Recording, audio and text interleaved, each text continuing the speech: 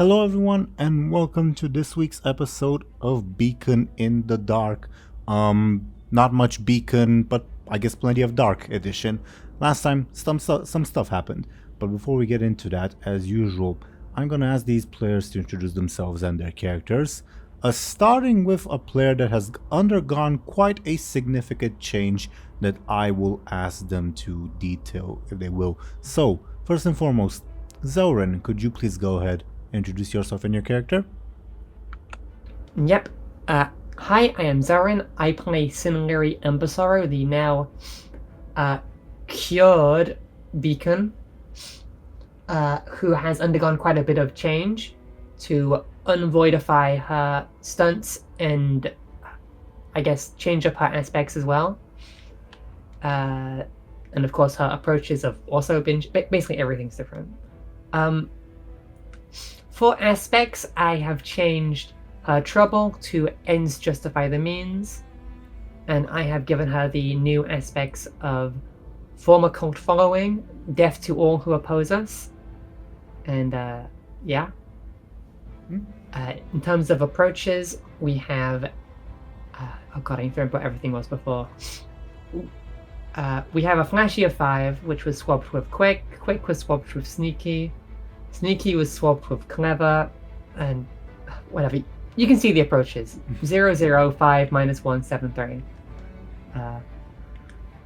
And for stunts, I have changed Fiendish Aura to Fiendish Fibs, which gives me +2 sneaky to overcomes related to lying or distorting the truth.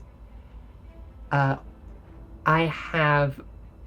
I don't even remember what this one's called. But it's It was Beacon in the Dark. It was a Beacon in the Dark, I see.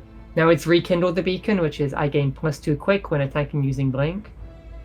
I have Crown of the Nexus Lord, which has been changed to Crown of the Narcissist Lord, which gives me a +2 flashy when flashily creating an advantage.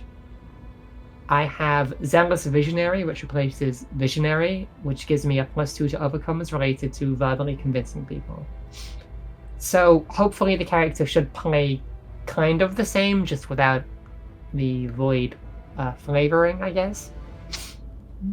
And I think that's it for the changes.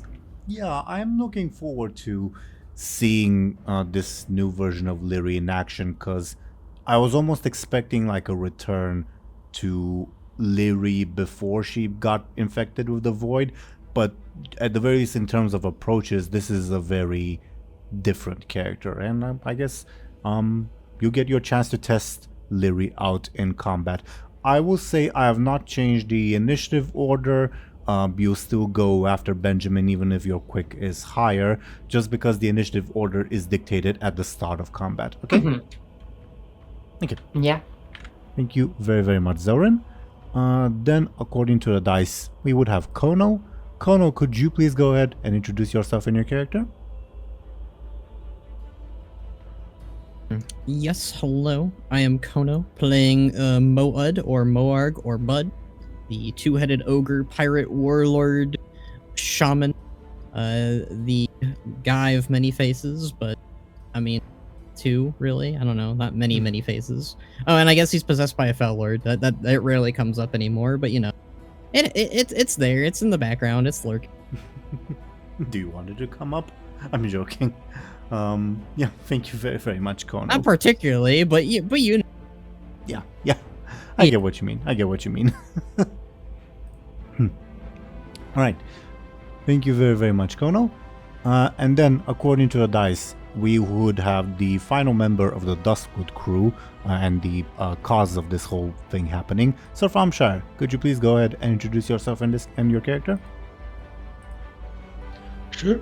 I'll be playing as an unchanged Benjamin Aaran.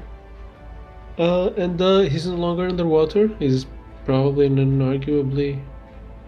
maybe not worse, but definitely... Wait, actually, this world is ending, so this is a worse place. Yeah, he's fucked. Everyone's fucked. Let's get out of this Doom timeline that we might have had something to do with, maybe. Maybe not. Who knows?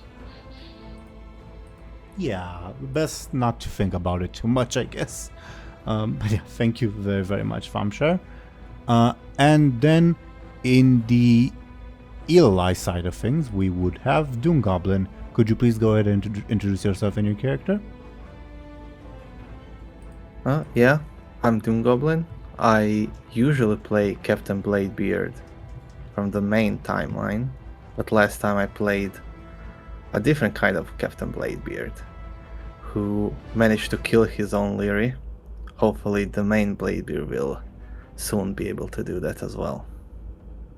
Yeah, destiny can be strangely cyclical and all that. Anyway, thank you very, very much, DoomGoblin.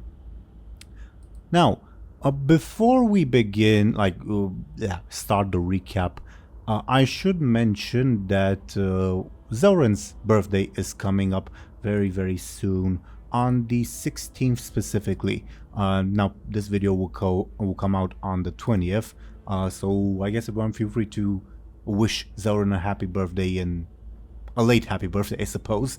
But since we're recording this early, Zelryn, as usual, you will receive your traditional birthday inspiration. So, first and foremost, happy birthday once again. We're very, very happy to have you.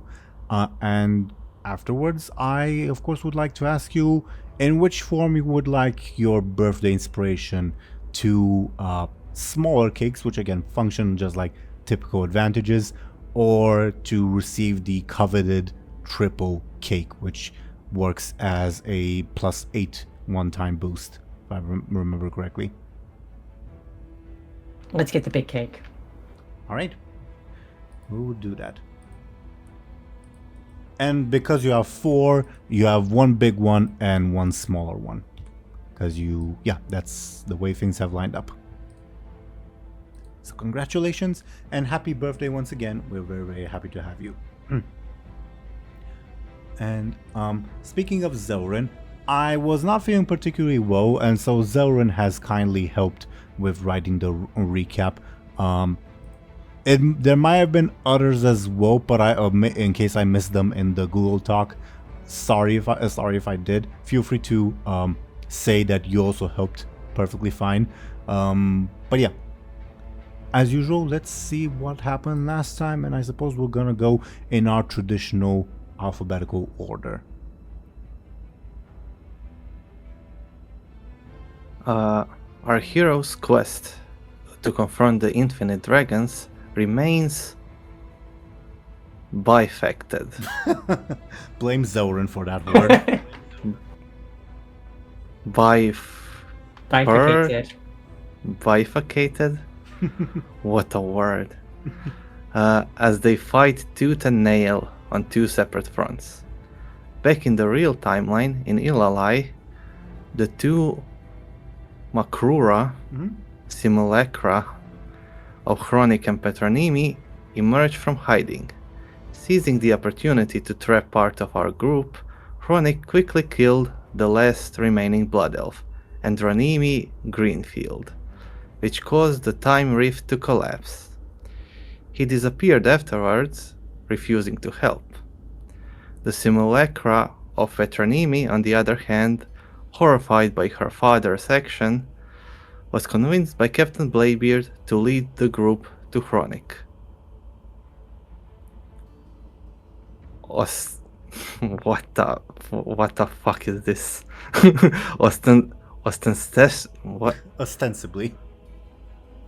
Ostensibly, in an attempt to rescue everyone trapped. I should have read this before I started reading. Always. During the discussion, our hero mentioned that Lyri has a brother, prompting Fultian's curiosity.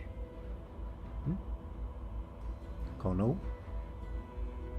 In the alternate timeline, our heroes continued facing the Necromancer, who was now joined by his children, undead stitched together monstrosities. He eventually also revealed that he stole his eyes over 30 years ago, which made Benjamin Aaran realize that this individual, who had the same eyes as his father, was actually not his grandfather.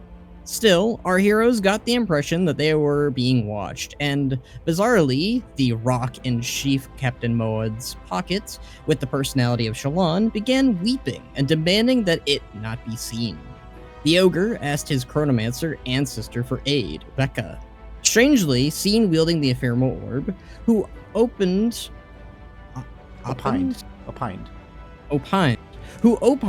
that there would be someone in the incoming group who would be able to return the party to their timeline. Meanwhile, Lyri, Embersorrow, experimenting with the infinite popcorn box with her own magics, managed to pull out and unbound her stone and her own severed hand. Benjamin also realized that the Stone of the Tides, which he and Lyri considered using, disrupted other people's memories of the other by affecting their soul. Of the user. But yes, thank you very, very much, Khono. Unable to return to the present, our time-lost heroes attempted to flee the battlefield. However, a familiar gaggle of characters blocked their path under the banner of the Beacon Cult. Headed, I guess, by alternate versions of Lyri and Hardtip, the cult had also brought Kyrilla and Shallan under their thrall alongside the now imprisoned alternate Bladebeard, the last remaining member of the original party.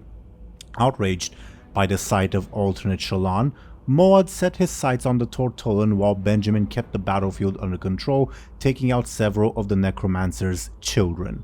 Still, our heroes received an unexpected boost from the wondrous Wisdom Bow, which cast Time Warp on the party. Yeah, I'm sure you'd be up.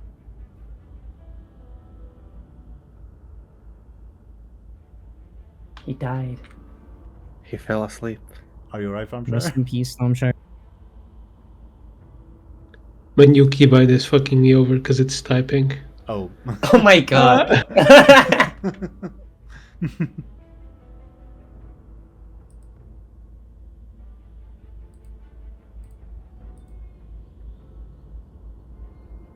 Okay, I think if I'm clicking left and right at the same time, it doesn't type. Anyways, Sure. Faced with a great power that she could devour, alternate Lyri immediately attacked her other self, and the two found themselves grappling each other. Our hero experienced a vision of the cultist's goal, in both timelines, which involved Lyri and Shallan standing together next to a gigantic crystal at the bottom of the ocean. The former wielding Xalatath, the Harbinger, in an attempt to open the way for the Devourer. The alternate Lyri eventually managed to untap her other self, completely draining the void from her. Benjamin, who tried to help Lyri, was attacked from behind by an alternate version of Kyrilla, who called him a blind priest and Moad the demon summoner. Amidst the chaos, alternate Bladebeard, who had suffered greatly at Lyri's hands, managed to free himself and retrieve Blood's passion from Hardtip's Palanquin. He quickly reached the alternate version of Lyri, obviously basking in her newfound power, and stabbed her with a dagger. The corrupted elf met a painful end, as her energies were consumed by Blood's passion, which reverted into the form of a faceless one. Korish, is that Yep. his name? Yep. Now greatly impaired. Gendered faceless ones, okay.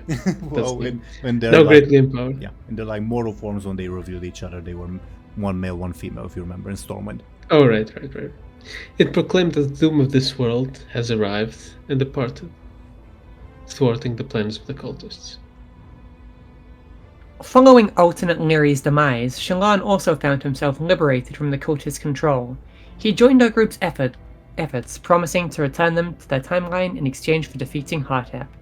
Benjamin and Moad managed to wound the Tortollan and knock him down from his palanquin, and was soon joined by Lyri erratically blinking into a tomb. Then, next to them, seeing that Lyri was now surrounded by her allies, alternate Bladebeard was approached by Petronimi, looking like an infinite dragon. She promised him great power and opportunity to kill Lyri if the dwarf would forsake this fight and come with her, which Bladebeard accepted. Indeed. Thank you very, very much, everyone. Now, resuming with the initiative order, I guess strictly narrative, once again, alternate Bladebeard will disperse, joined by Petronimi, or like Petronimi joining him, I guess. For that reason, there isn't much for DoomGoblin to do in this part, so I guess any final words that alternate Bladebeard would like to share with the room, I guess, even though there's no one near him, really. Ha ha ha! I'll get you next time. Gadget. Alright, thank you, Goblin. But yes, they disperse into what seem to be clouds of sand, not necessarily noticed by the other 3 party members, because they are, well, they have their hands full with their own troubles rather. Now, continuing with the initiative order, unless there's anything that the 3 of you, Benjamin, Maud, and Lyri, would like to share, like narrative-wise. If not, feel free to interrupt me on that note. If not, we will continue with the initiative order with the Necromancer, who he's still really preoccupied with turning Benjamin into one of his children. So yeah, I guess, Benjamin, how do you defend yourself from, as usual, hands emerging from the ground trying to grab you to restrain you? I run away from them. Sure, give me a quick. This is the last round of combat that the time warp will be active in, so your quick is still doubled.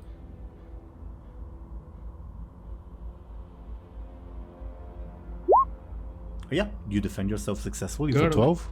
Yeah.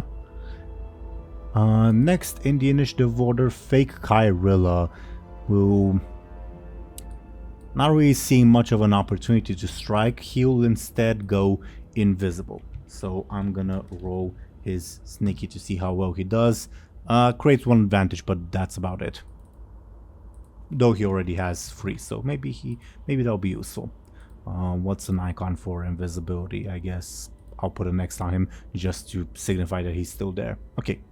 Fake Shallan, alternate Shallan, who, for context, Maud has just finished body slamming Hardtip, so Fake Shallan will say, "Hold him down. I want to blast him from point blank range."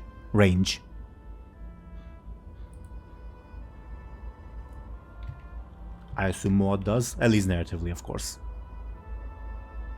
Yeah, I'd say Moed would, hold him down in his own way, kind of like stomp his foot down on the Tortollan. Let's see if that works. It probably won't, but you never know. Yeah, it does not.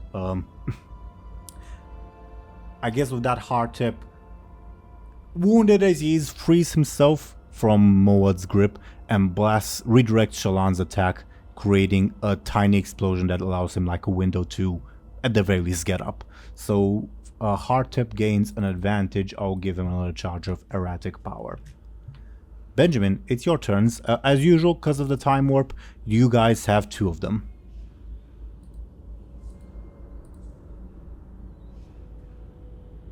Oh, right, 2 turns. Well, I'll keep doing the same strategy as before, and I'll go ahead and create an advantage by...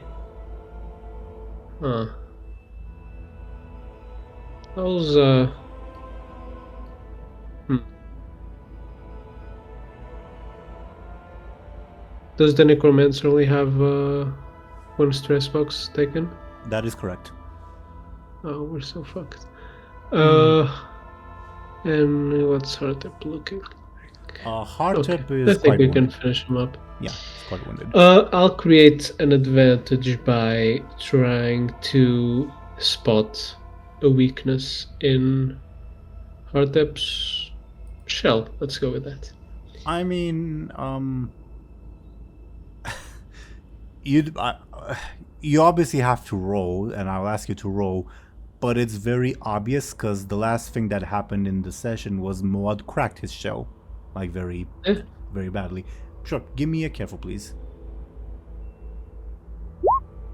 Enough for 1 advantage. It's still a chaotic situation, so you're not able to get a good look. You can tell that, yeah, that's normally obviously the hardest part of a turtle and a Tortollan, but now it is quite weak, and small spoiler, there's like no layer of skin under that, if that makes sense. It leads directly to his organs and such. And like narratively, is like in the ground? Is it trying to get up? What's going Again, on? he created a little smoke screen, for lack of a better word, by redirecting Shallan's attack. which allowed him to gain some distance, and like he at least is now sitting on his 2 feet and gathering his power to himself, but he still looks very, very haggard. Then I kind of just put up my sword and like run into the smoke, like to the last place where I saw him as fast as I can, so I can catch him before he moves elsewhere, I suppose. Sure. I guess I'll slightly reposition him on the map. Not much has changed really in terms of positioning. What's the name of your advantage? Let's call it. What,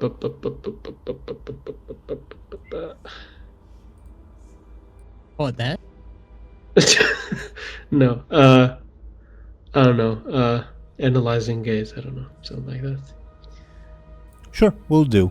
And while I type that in, feel free to, describe what you intend to do next. Didn't I just do that? Well, right, in terms of game mechanics, I mean. But actually, good point. Since you have 2 turns, you still have your narrative action for the first turn if you want to do anything. Not particularly. Okay, what was the name of the advantage? Because I forgot, because my cat was meowing in my ear. Analyzing gaze. Analyzing gaze. Okay.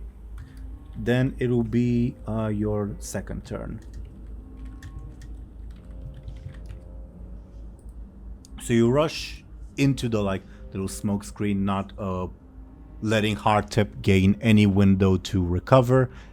I'm assuming you're trying to make a quick attack on him. You lit up, but I didn't hear anything. Yeah. Okay. I should have just asked quick, not a quick attack, but yeah, it's not very obviously quick. Yeah, give me your quick. Of course, your thing will be doubled. Oh, nice. I think one of my stud applies. Because there's no more enemies within melee range of him, right? Yeah, his palanquin bearers are dead. Yeah, feel free to slightly move your token. So there'll be 2 damage to Hardtip, correct? Uh-huh. And I'll use my advantage to pull it up by 2. Okay, Hardtip will use his erratic power to make it 2 again. Yeah, tragic, but okay.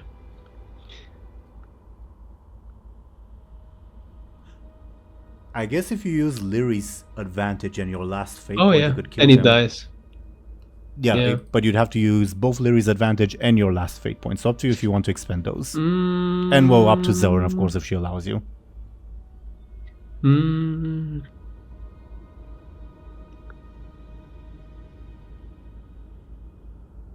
No, I think I'll pass on that. Sure. I'll let... Yeah, Lyri has a high quick. She'll be fine. It's a good roll anyway. Like a good result, I mean. What is the level 2 consequence you inflict on Hardtip?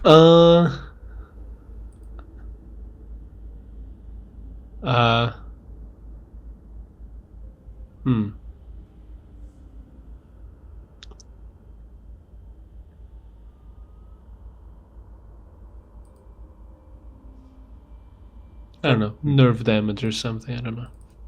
Sure. Well, actually, that sounds a bit severe for level 2, doesn't it? I mean, no, it's not really superficial, but I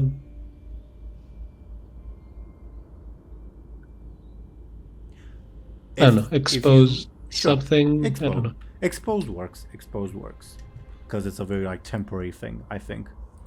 For context, why I like how he tried to defend himself. So you rush through his smoke screen, not allowing him to get any reprieve. He raised a hand in an attempt to blast you with shadow magic, as he has been doing.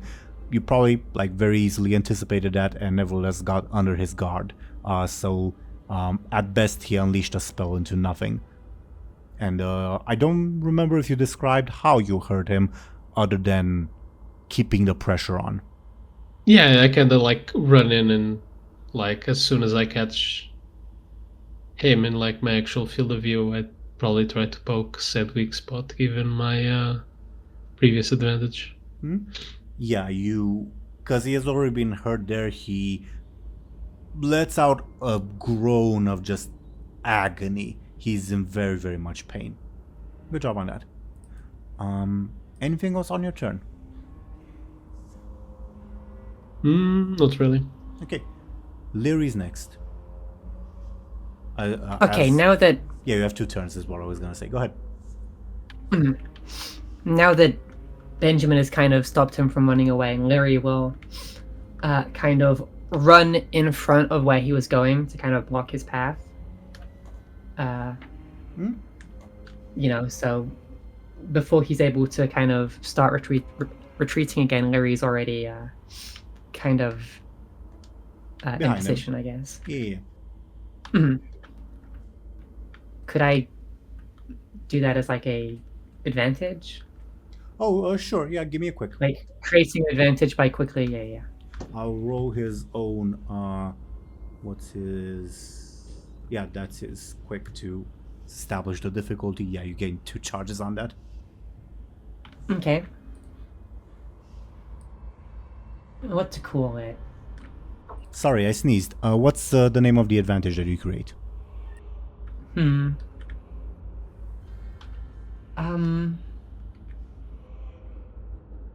I guess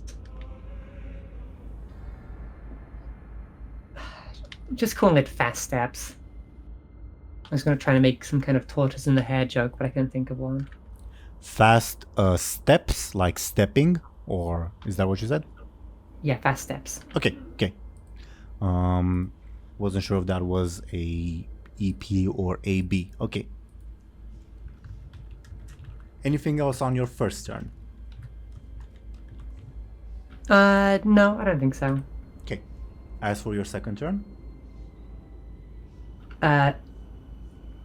Is Hotep still kind of facing towards Benjamin, yeah. Benjamin? Okay. So before he can turn around, because his shell was cracked, right? And Oh, his, very much so, and Benjamin has, like, hurt him more, yeah.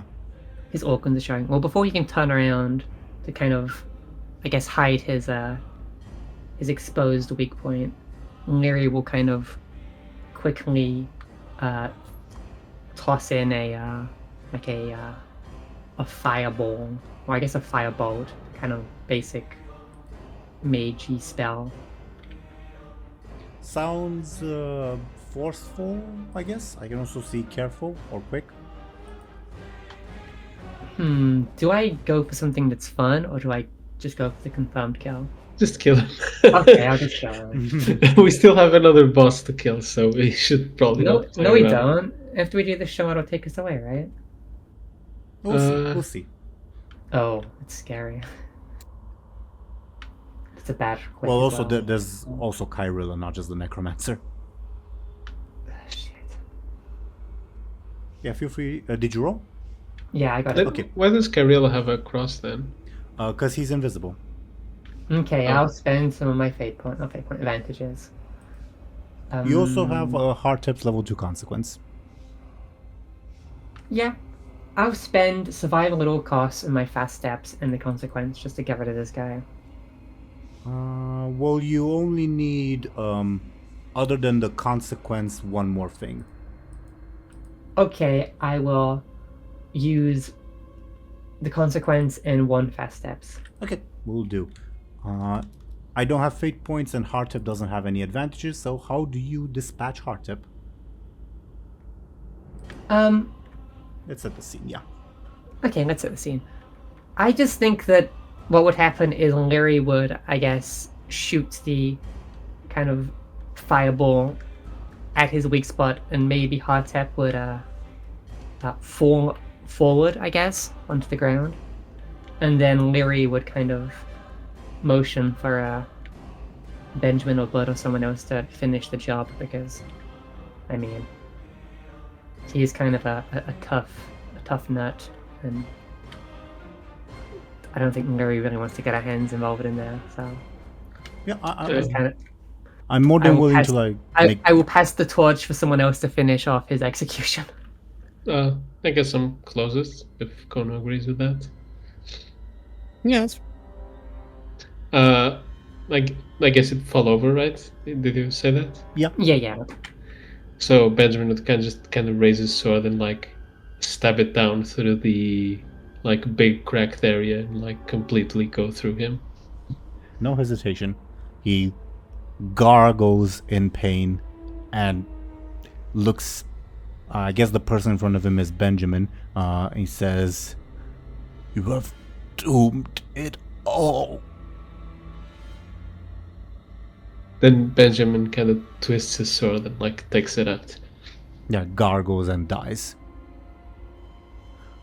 The cultists, seeing their leader dead, panic, and I think will begin fleeing.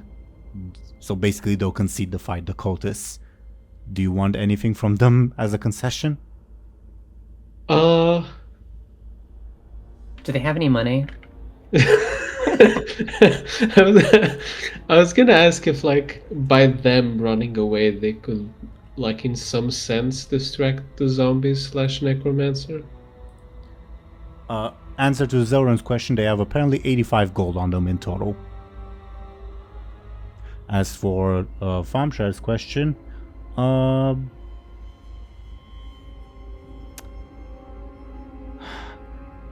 their concession cannot dictate the necromancer or the zombie's response. So, I mean, they can try. Definitely they can try. I'm gonna roll their flash to see how successful they are, okay? Moderately successful. The children's next roll will be halved, okay? Because they are distracted. Anything else you want from the cultists as they flee? I don't think so. That they choose a better path in life. That is too much for just a concession. But, yeah, Hardtip is dispatched and he falls over. Alternate Shalon says, well, that business is done. Wasn't there another one of him? Another one? The bird creature. I've never seen his like before. Well, at least Towers was a bit of a coward, so if they know what's good for them, they left. Give me, I guess, a forceful, because you're making a threat, Thompshire, Benjamin.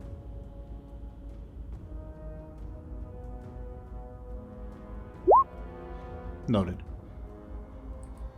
Okay. Shalon says, well, he wasn't exactly the heads of the operation. He, from what I can vaguely remember from just glimpses, he mostly wanted vengeance on, looks at you. You, I think? And some orc sorcerer or something. Do you know anything about this orc sorcerer to dissuade this creature from attacking us? Was he red? I've never met him. I only know secondhand. I mean,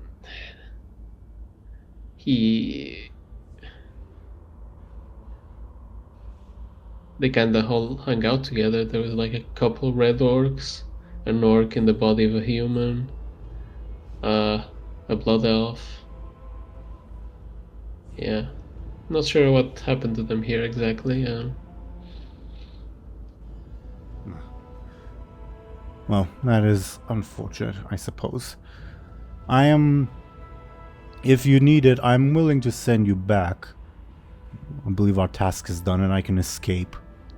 But we'd be leaving a bit of an unfinished mess. So, above board question for the three of you. Shalon can send you back right now.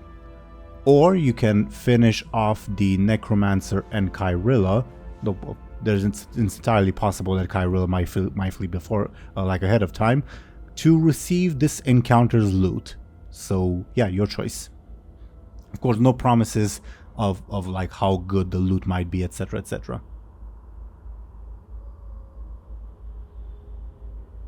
Above board, I say we leave. We're kind of cooked, and our mega buff is gonna leave. Yeah. It's good to me. Okay. I don't envision we will ever revisit this timeline. Yeah, we almost certainly won't. So I'm fine with revealing what the loot item was. Let me just find the name of it. Time for some FOMO. Potentially, you can never know. Oh yeah, the loot item is what's called the Magnum Opus that you would find in the Necromancer's shed. It's this little thing. It is tiny at the moment, like it fits in Benjamin, not even Benjamin, it fits in Lyri's hand. But as you guys continue killing people, it will continue to grow and attach and improve itself until, of course, it can turn into like a weapon of mass destruction. This is like the opposite of FOMO. I'm glad we don't have this thing. This is an abomination. Quite literally, yes. It's this Necromancer's Magnum Opus. A child that will improve itself and also cannot die, because like if it will be like utterly destroyed, it will slowly reassemble itself. You know what? Yeah, I'm glad we left this thing in its own dimension. This is like a... Maybe there'll be waiting to an epic happen. battle at the end of this timeline where this thing will be massive, fighting a giant faceless one. Maybe it'll save Azeroth. Who knows? Maybe it's better we leave it here. Who knows? Khono, do you agree that you would also rather... well, I guess it's too late now, but do you also not have FOMO about the Magnum Opus? I don't. It's scary. Yeah, it's definitely something. Okay. I feel like we lose it somehow and it'd cause trouble. Well, above board, it would have seen the Necromancer's killers as its new parent. So, yeah, no risk of that necessarily. Okay. So, in narrative, again, alternate Shallan says, I don't remember the exact words, so I'm going to paraphrase. I can send you back, or we can finish the job here. I'm kind of feeling that the job that might be finished is us. We've taken a bit of a beating so far. Very well. I came in here to grab you two. Get you out. Get back. Yeah, get back. Very well. Miguel Aranda, I will send you back. And the Necromancer yells out, "You're not going anywhere, not until you've replaced my children. I will not." And he finds himself frozen in time as Shallan casts a spell and says, "I won't be able to hold him for too long. I'll teleport away once I've sent you all back." All right. Okay. Are you all ready? Mm-hmm. Ready, Shallan. And as you'll say, assert your affirmations, I guess. All of you feel the ground shake. And if you were to look up into the sky, you would see what looks like a giant hole open that leads into pure darkness, purple darkness. But that's a worry for this timeline, not for yours, as Shallan, with his final remaining strength, sends you all back to Ilalai. Remember the friendship? Yeah.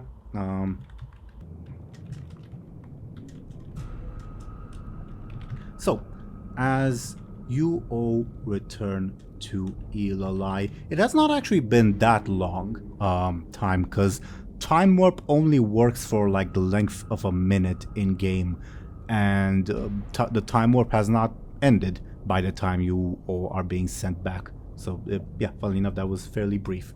Which also means that Bladebeard and company have also not have time to go fairly far away. Now, as I clean up some stuff on screen, this will take me a few seconds. Feel free to provide your thoughts, either as players or as your characters, as to this situation. They're extremely fucked, and my condolences. It's a bit much to think about. Yeah, it's quite a bit. But yeah, you all return to the site of where the hole in time happened, as you spot nobody nearby except for the signs of battle. Can I get carefuls from any and all of you? Benjamin, your stunt will apply to ascertain like where the rest of the group has gone. Okay. Bladebeard does not realize, nor does Lyri. Moad has an idea that will be affirmed by Benjamin. Benjamin, with your elven eyes or whatever, spot Bladebeard and the rest of the group like a few paces away, like a minute away. You'll be able to reach them in no time. Oh, they went that way. Wait, do we have the wisdom pool of us above board? Yeah, definitely. Oh, thank God. And as soon as you return, for everyone, like including Bladebeard and the three of you, all of you will hear, I guess, what I will describe as just screams coming from the distance, but sort of all around you.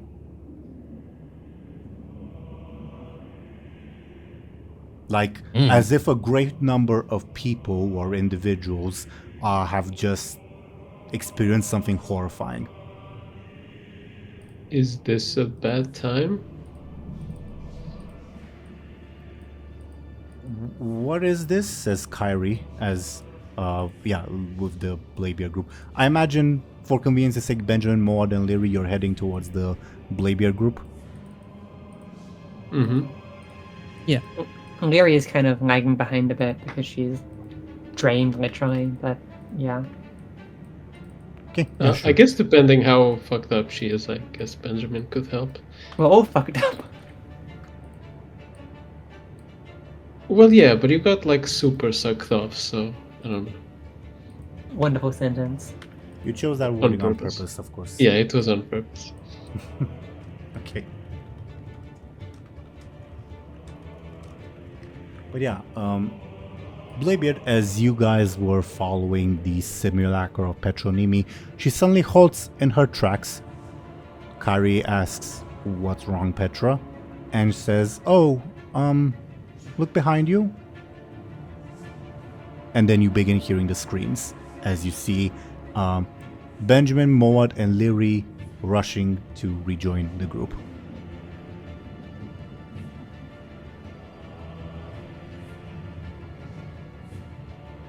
I guess they're back. I guess they're back, but why? What's with the screams? I was about to ask that. We were just gone till now. Wait, Yeah. how do we know you're the real Benjamin, Lyri, and Moad? You married the gnome in Stormwind for some reason. Is that enough? You really do not like Lyri. Lyri will freeze in her step as these Look, other she's people healed, run to her. kind of. You. Okay, missing Lyri is definitely freaking out now. Kyrie, As she Doesn't look feels- healed. It's a bit of a long story. There was like this other Lyri that Mera tapped her, and then this other Bladebeard killed that other Lyri. It's kind of strange. Best not to interact with alternate timelines, says Kairos. Kyrie says, "Can I see you? Is that true?" Lyri is freaking the fuck out. And as she's freaking the F out, all of you hear a loud explosion come from the city. What's going on? And you'll be able to see it because it's very bright. It looks voidy coming from the markets. The screams intensify. Do you think your cultists are doing some weird shit since you're not like the beacon anymore?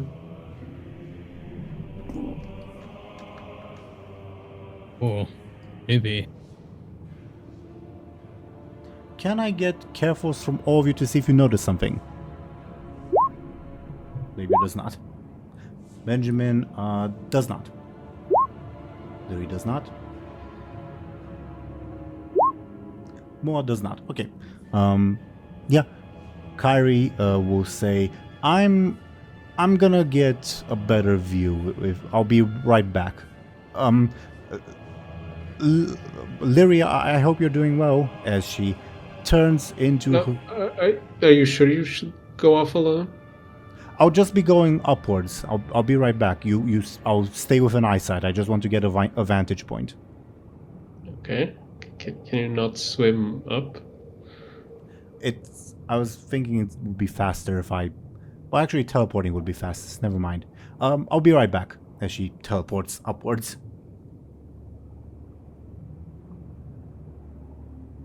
Another explosion. Lyri kind of ogles nervously at the group. Is it in the same place? Give me a careful. No, completely different. Like, say, the first explosion, just as an example, was around here-ish. The second explosion was around here-ish. Just as an example. What the hell is going on? And you all see the Kraken begin to stir. Lyri runs away. Shall I banish her to the nether, says Faultian. I think she needs a moment. It's fine. Are you sure we should let her be alone? Like, she needs someone to talk to? I'll follow her. I don't think that's a good idea, Bladebeard. Why? After what we just saw, you kind of murdered her, so... Yeah. You know. Another explosion. And that Bladebeard... Okay, it's getting really bad here. And the Kraken begins to lift itself from its perch slowly, which obviously causes the land to just tremble just how big it is. Like what happened in the 5 minutes we were gone? You were gone less than 5 minutes? Was less than a minute, beloved. I cannot tell you, says Hakala. We've done nothing other than try to follow your trail. The Blood Elves died. They were actually made of sand. They were... yes, for simplicity's sake, let's just say they died, says Kairos. Lyri, you will receive a sending from Villeneuve's spokesperson. Do you accept it? I think in this case, Lyri is unable to reject it, I guess. Okay. Just too much in her mind to consciously kind of tune it out. Sure. The sending is... I'll say the tone is pretty frantic. Lyri, I need an update on your mission. Urgently. As many details as you can. I'll post it in our Discord.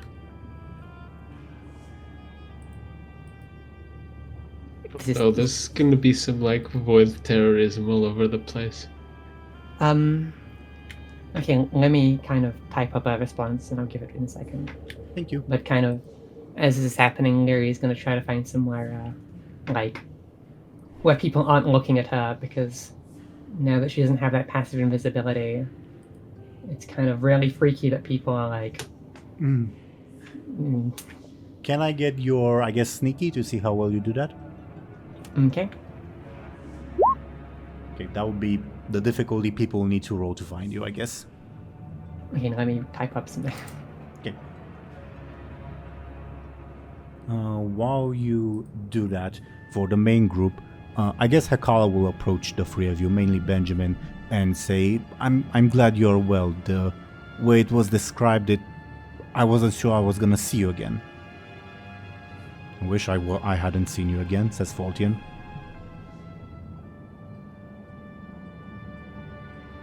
And as always. Did you vanquish many foes there, says Anastasia. Did you bring any good loot, says Victrix. No, we kinda had to rush out, but we killed that timeline's turtle guy, Heartup, so that's something. So is he dead in this one as well? No. I think only Bladebeard in this group knows who that is, funnily enough. And as we mentioned earlier, I guess the other Bladebeard killed the other Lyri. She was like a super evil cult leader or something. There is no such thing. And apparently I was like some kind of blind priest or whatever. And Bud was a warlock, and we were both dead. Yeah, I never really got to meet that guy. He wasn't probably anything special, brother, if he's dead. We're better than him. I have no idea what you're talking about. I like your eyes the way they are, beloved, says Hekala. Oh, so do I. Okay, I have a response. Please, let us know when you can. It's just bottom of ocean, lost void powers, explosions everywhere. Not even gonna bother trying to fill out the 25 limit. Yeah, yeah. In like a minute, you will receive another sending from Velnif's other spokesperson, because if you remember, he has done this before when he like chewed you out to like use multiple people to talk to you. So yeah, in a minute you'll receive another sending from him. But until then, Kyrie will return to the group and she'll say, I think the Tortolans are staging an uprising. I fucking knew it. They're just killing everyone and everything erratically. And as you see the massive kraken stir, it like casually swipes one of its tentacles and crashes down on a section of the market. And Kyrie say, yeah, there were quite a few of them there. Thanks, Kraken. It's still getting up, presumably to squish more. Maybe we should hide, says Hekala. Maybe you do have a point. Can we hide in Heartip's lair? How far is it?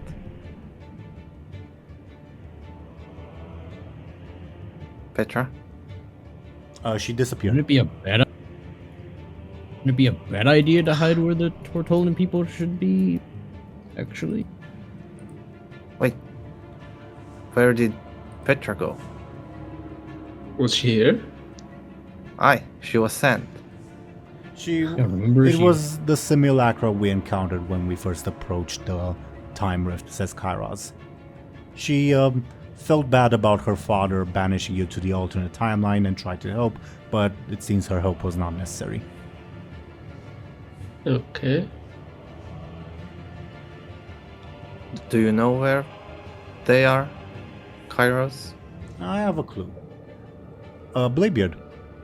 Here's something odd that I imagine has like slipped Captain Bladebeard's mind for a while. You know how your Bladebeard has that like constant ping of where Lyri and Senfeo are? Sure. Senfeo, for like the longest time, you've just detected him, oh yeah, like a couple thousand kilometers to the west. Now suddenly he's like 5,000-ish kilometers to the northeast. So he's closer. No, he's farther away. Oh, he's... Give me like a clever to like estimate where he'd be on the map, I guess.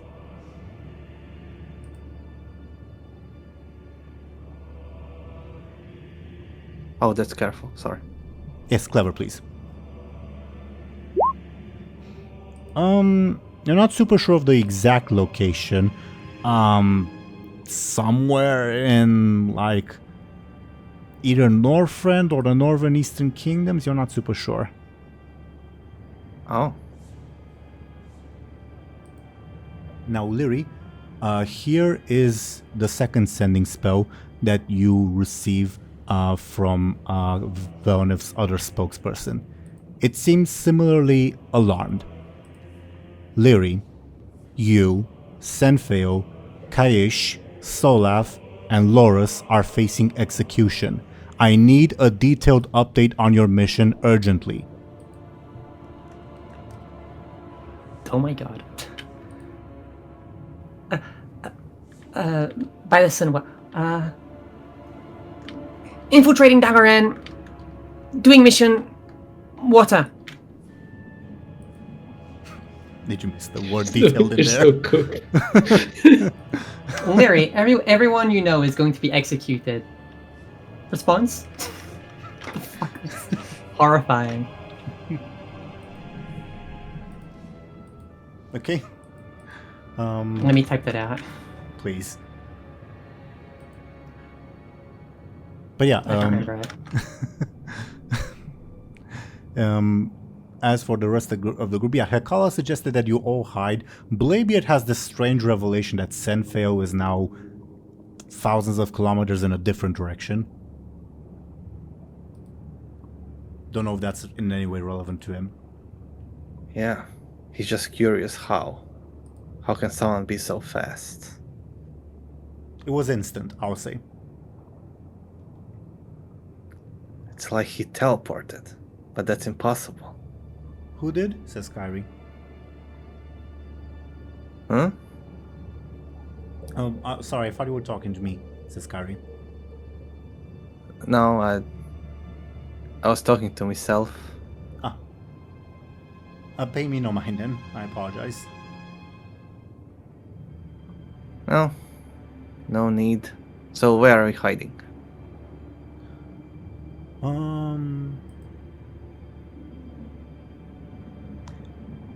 I guess Hekala will point towards a random direction. The higher the number, the potentially closer it is to Lyri, and thus the potential chance for Lyri to be found.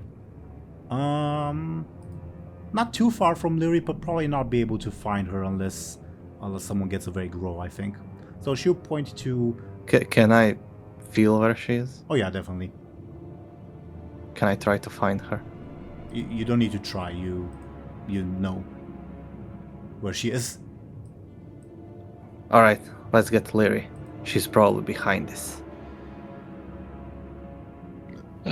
I think you don't really have an excuse to suspect her of void shenanigans anymore. She's literally a regular green-eyed elf. She's still Lyri. Yeah, and how can She had green eyes. She had green eyes all this time, right? I mean, that was like a disguise thing. Are we just going to talk in the open? Says Kyrie. Sorry. Let's find the evil monster Lyri. Sure, Bladebeard can lead the group to Lyri, because Bladebeard does not need to roll to beat Lyri sneaky. Sure.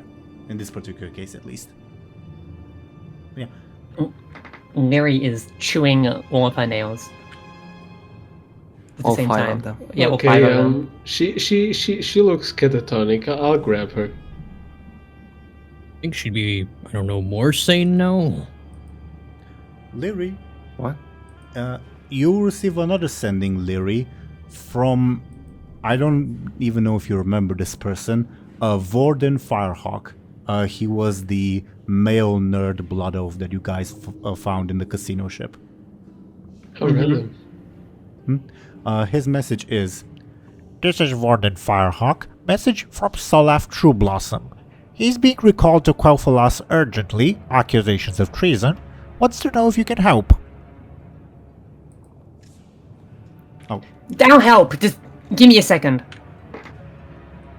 I'll paste. Hangs up phone. Yeah, sure. I'll paste the message. in Did he chat. speak through a radio? I pinched my nose to speak as Vorden Firehawk. I know, but it made it sound like he was speaking through a radio. No, he's just a He nerd. kind of did sound like a radio guy. Yeah. You guys find, Lyri in a catatonic state, as described. Yeah, if she doesn't resist, I'll grab her. Lyri will resist. Okay. What are you doing? The city is exploding all around us. The Kraken is like crushing sections of the city. I'm taking us to safety. Well, safer than here. Wait, Kyrie. Yes? You're magic, right? You can freeze stuff or like freeze it or lock it somewhere safe. Generally, yes. Okay, Lyri will go up to Kyrie and hold out her severed hand and say, "Put this Oh. in like a safe magic place far away, and keep it fresh or something." What? What? Just put it somewhere. Alright, no need to raise your tone, dear. She gently takes it and, it poofs away and says, an alternate dimension where time does not flow. Thank you. Buy this and well. Okay, why the explosions? Well, You tell us. Your cult probably went a little crazy after the beacon stopped being the beacon, I suppose. I'll talk to them. The Kraken smashes another portion of the city. Do you think that's a good idea? I'm not sure you have any pull with them anymore. They listened to me before, don't listen to me now. Oh, yeah. Without the void? This will be visible without, like anyone requiring to roll careful or to be particularly magically sensitive. You just see basically like a swarm of energy heading and circling the ziggurat of Minlof that you know from past experience to be masked souls of dead people. Obviously. Yeah, I think I need to go now. Azeroth is doomed. You guys just go to safety. I'll talk to the cultist people and get them to stop. You know you're gonna die, right? I don't care. What else can I do? Not kill yourself? They listened to me before when I gave them doctrine. Because you were the beacon, now you're just Lyri. Dear, says Kyrie, calm down, please. This is a time to think rationally, not make rash decisions. It's true then. cannot. You're cured. This is horrible. I can't believe this is happening. Lyri, take a deep breath. This is good news. Number You're one- cured. Stop looking at me. No, but this is everybody's gonna be trying to. Why did we go in the past? Who did this? We randomly through the portal. Who turned it off? Chronica Normal, says Kyrie. Well, a simulacra of him, technically. So that's what this all about. So they're doing this so they can get a better deal out of us. Is that it? A better deal? Well, that's what we were going to do, right? Talk to them. They want to destroy everything, so we have to listen to what they say. Take a deep breath, dear. I think you're a bit confused now. How? So yes, we are heading to confront Chronic and Petra. That's true. What deal do you? I mean, I guess it's possible that we might reach a deal with them. Certainly, They made a deal with me. We talked about this earlier. So, do you not think that's crazy that before we go, they mess things up for me? So, there he is. Can we talk in a safer place? You're right. Let's head to that house over there, says Kyrie. pointing at a house that's a bit like dug into the ground, like a hovel, so it'll be a bit more, let's say, solid, for like earthquakes and such. Okay, I guess we go into the hovel. Yeah. You go into the hovel. I assume I have this mental image of Moad bashing the door open because he's the strongest, but feel free to contradict me, Khono. Sure, why not? Yeah, you bash the door open. You spot a skeleton that says, "Oh, hello there. I've not had guests for, since 2 days ago, really. Who might you be?" An elderly troll. And I assume you'll rush past him. Oh. Does the house like What? feed our party of 30? Yeah, Kyrie would not have pointed that out otherwise, and there's not that many of you, to be fair. Oh, we're sorry to intrude. It's getting a bit rowdy out there. Oh dear, I'll go fetch some tea. He doesn't sound like a troll at all. Oh, sorry, man, I'll be fetching some tea. Sorry, forgot. Suspicious. Something's not quite right. I think he's a demon. Are there any windows? He's just having an off day. It's a hovel, so no, not really. Just the door that's bashed open.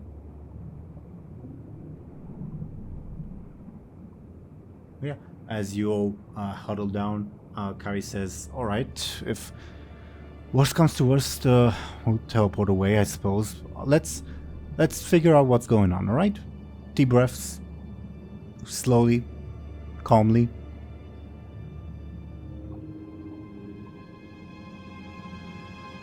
So... Can you not?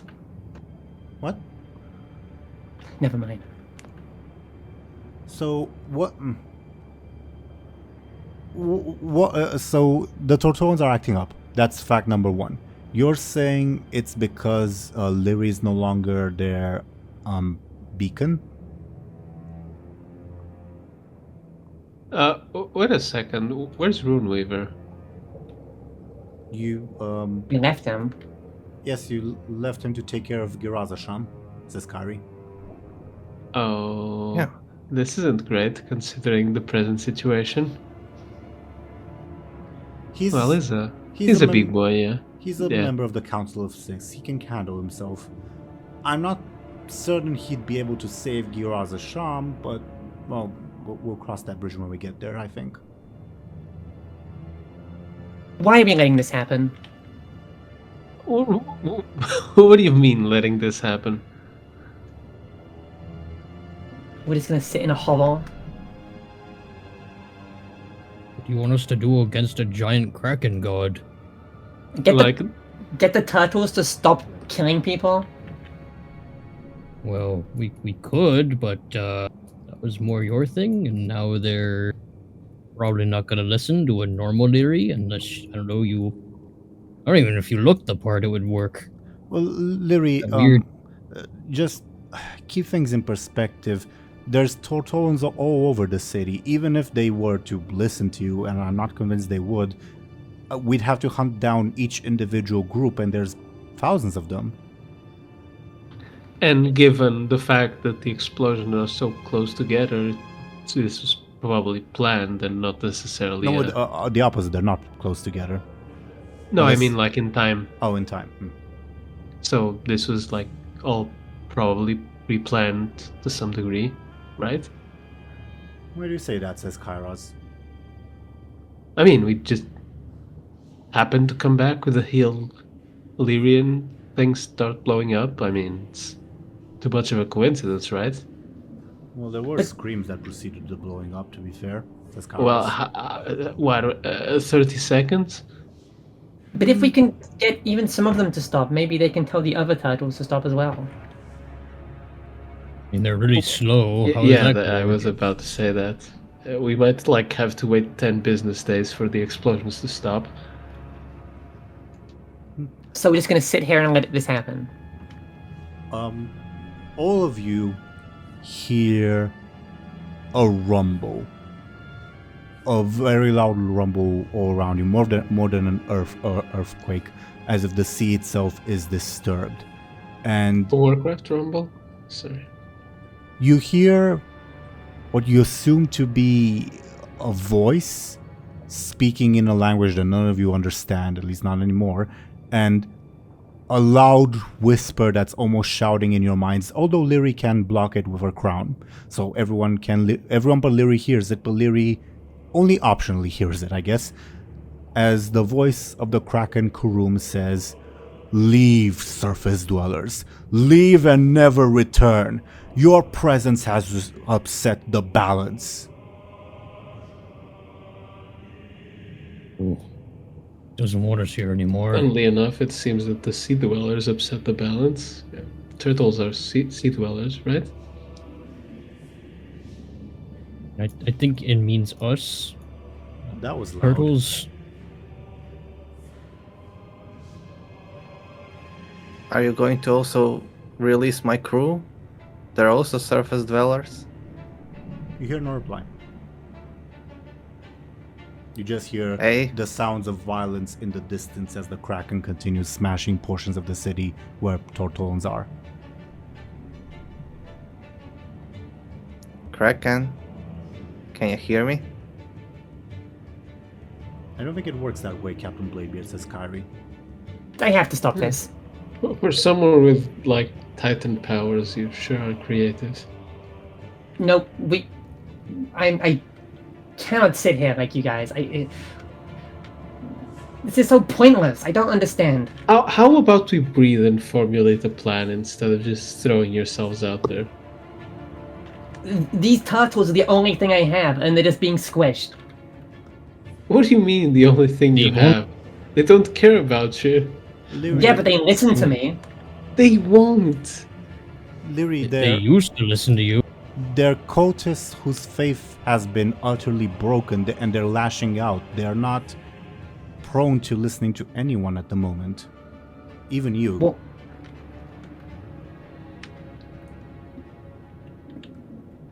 I don't care. Should. Okay, so what?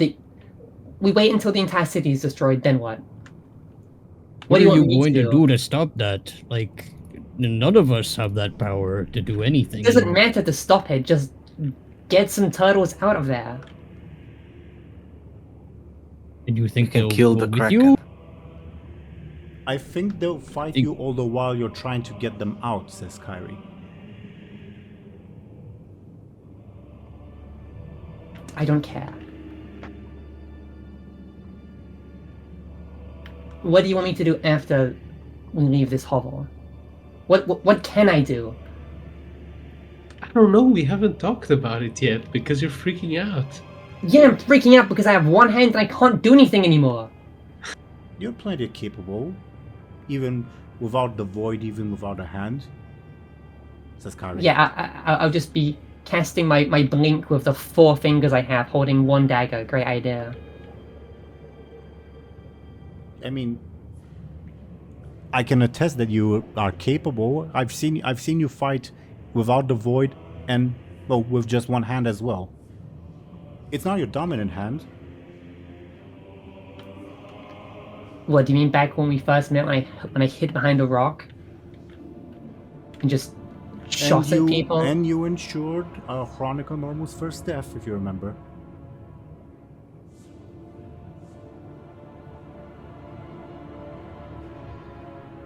Look,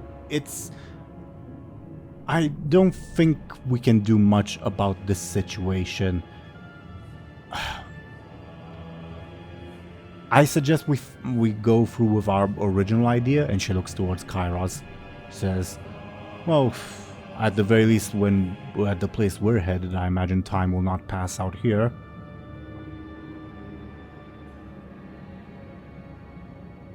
A bit of above board information for everyone. Not like all of them, because it's not applicable for all of them, but most of the random encounters have been redesigned, keeping in mind that there are now rampaging Tortolans throughout the city. Which does indeed make a few of them impossible to complete, but others more possible in some very strange ways. It's complicated.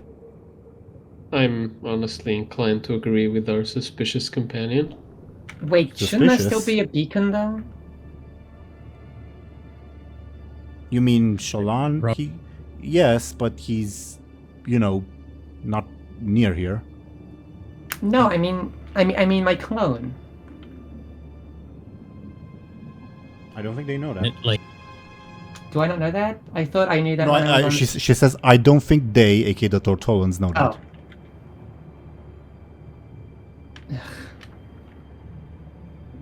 And I'm not sure how much I want to rekindle that faith, I'll be honest.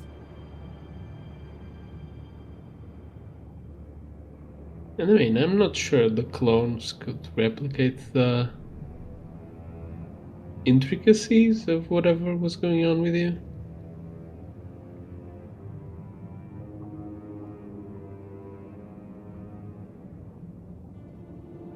Well, I should say, says Kyrie, first and foremost, Lyri, I'm happy that you're the way you are. Please trust me that you're better off without that darkness. And congratulations, sincerely. I don't know the details of what happened to make you lose that energy, but trust that it's for the best. For you at the very least. It is for the best, but it's... You know what? I'm just not going to talk about it. If you don't want to talk about it, I will not bring it up. I'll respect your wishes. Can we go back to fighting dragons? I'm sorry? Yes, Says Kyrie. the infinite ones. Oh, Wait, the bronze. Sorry, that I don't know what I'm talking about. Well, the ones we're hunting.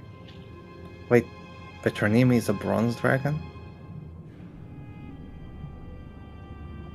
I thought she was yellow. I mean, okay.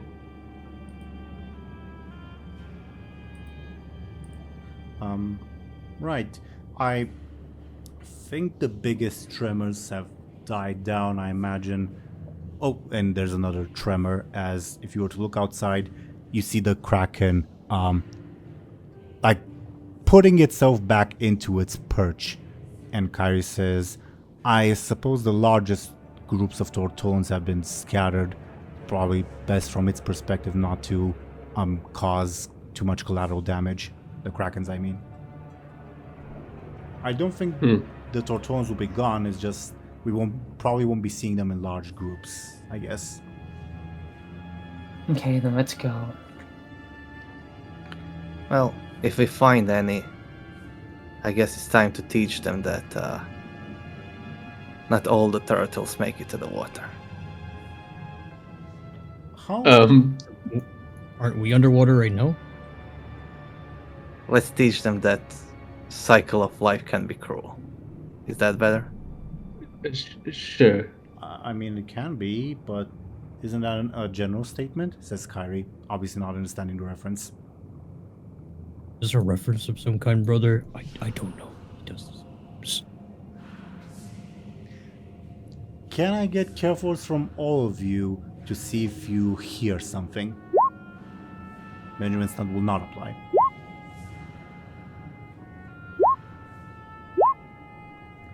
Only Bladebeard does, and faintly, Bladebeard hears a, I guess, feminine-sounding voice saying, "Help me! They're killing me! Help me!" I think that's probably a thing better not heard. Can you guys hear that? Someone Here is was. screaming for help. Can help them. Where are they? Where's it coming from? Well, let's check it out, I guess. Give me, I guess, another careful to, like, focus on it. You have no idea. You, the others can roll me another careful to try to hear it again. but it will take time, basically. This will indicate that time will pass if you decide to roll. So yeah, assuming with that the case, Zelryn and Thompshire, do you still want to roll? How much time? 10-15 minutes? Pass. Actually, no, I will do it so I can get rid of my stress and consequence. Yeah, you could take up some time to rest to remove all that stuff if you guys want. Yeah, I'll take some time. That does sound like a good idea. Okay. Since you're taking time, Benjamin, Thompshire, do you want to roll anyway? I mean, since we're staying, sure. Moa, do you want to roll again? Sure. But the careful. Careful, yes. Okay, now Benjamin and Moa definitely hear it. Again, this feminine panicked voice saying, "Help me, they're killing me." Sounds like a lady. Do we hear like any killing, quote unquote? No, this is you don't hear any, well, other than like the normal sounds of violence of the Tortolans rampaging, which are almost background noise. No, you don't hear anything else. You know, this is like extremely suspicious, like a siren or something like that. It could be the Rune Weaver. I don't think he's a woman for one. Wow, that's presumptuous. I'm sorry. He doesn't sound like that. That's what I meant. Do you want, this is Kyrie speaking, do you want to try and check that out, or should we focus on our mission? I mean, do you not know like mythical creatures that trick you with their voice or something? I suppose. I'm not hearing anything, so I'm not sure what to make of it. Maybe You have could like be a a new natural ally, though. defense or something. What did you say, Thompshire? Benjamin was just musing if she had like some sort of natural protection against it. Ah. Well, who here would resist the whims of a siren the best? Obviously me. Me. Sure, go ahead. We'll wait here. I mean, with me, you have to do it to both of us. Yeah. Yeah, but I think you let Bladebeard go. He'll be fine. Sure, he's kind of a womanizer. Yeah, if anything, you'll charm her, I suppose. Well, what if they stay here and get married? Wouldn't be the first time. Yeah, but the Kraken wants us to leave, so if he stays here, he'll die because of marriage. Let's cross that bridge when we get there. Kyrie says, I mean, to be fair, he's been wanting us to leave since the arena, says Kyrie. Well, still.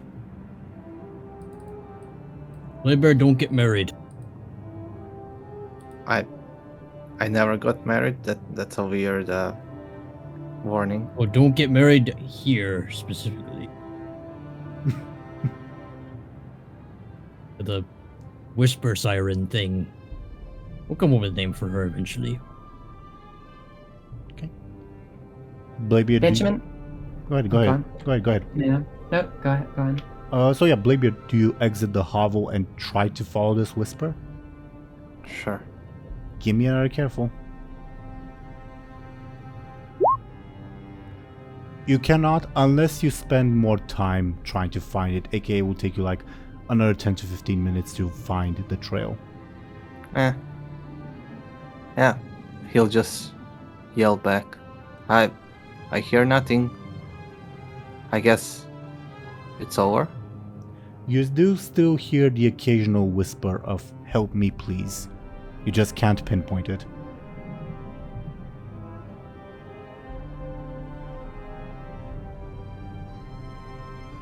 Zelryn, were you going to say something? Oh, yeah. I was just gonna say, Benjamin, can we talk for a second? Sure. Like, away from the other people? Mm-hmm. Okay, Lyri will kind of make distance from everyone else. I be bringing the tea, everyone, says the troll, just in time to provide a distraction, I guess. He hands cups that are entirely empty to everyone. Oh, thank Um, you. yeah. I like this kind of cup. They're Yeah, it's definitely there. they're very fragile, the material. Okay, so stuff is terrible beyond your understanding. So Elaborate. I want to talk about that to you later, but right now, could you use some of that magic book power thing? What? You know, the binding spell. Okay, go ahead. In People- what sense? People are gonna think I'm crazy if I ask this in front of them, but could you make it so I never ever mess with void stuff again? Like command that? Do you want to work on the wording or? No, I mean, do you want to work on the wording? I mean, maybe imagine if I say never mess with void again, and then you'll be like deathly scared of a void walker or something. I don't know. You see where I'm going? Just say something. Okay. I don't above board. I don't need to grab the book, right? The Tome of Argolis? No, you can issue... It's just verbal, right? Yeah, this is... Lyri's bound to you via verbal commands at this point. Though you can use the Tome of Argolis to unbind her, not to, like, yeah. Well, this should be enough. You will never again take the power of the void onto yourself. How's that? Pretty good. Now, you can't use another command, right? I What don't do you know how mean? the thing works. Well, do they like stack on top of each other, or is it one at a time? I don't think we've tried a lot. Maybe? I don't know. Whatever. Let's just say that we keep the spell binding stuff to a minimum now. Okay, Okay? sure. Good deal. Okay. Okay, now let's go get tea or Sure. something. Yeah.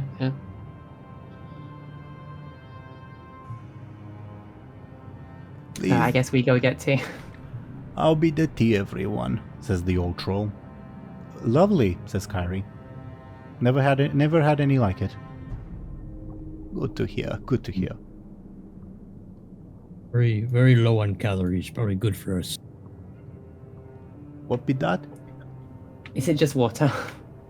It's an empty cup, so yes, technically it's just water. Seawater. Can we drink water if it's everything around us? I mean, you probably shouldn't because it's salty. Salted water tastes good. Yeah, but it dehydrates you. That's true. I guess we'll pretend to enjoy food. Wonder if Bladebeard is dead. He's just gone been for a while. I He's think just been he just shouted that he's... yeah. And as far as I'm aware, he hasn't really left the doorway that much. Really? Thought it'd be like, I don't know, a bit away. He's just loitering outside. Can I try to see if there are any like those seashell signs anywhere? Yeah, give me careful.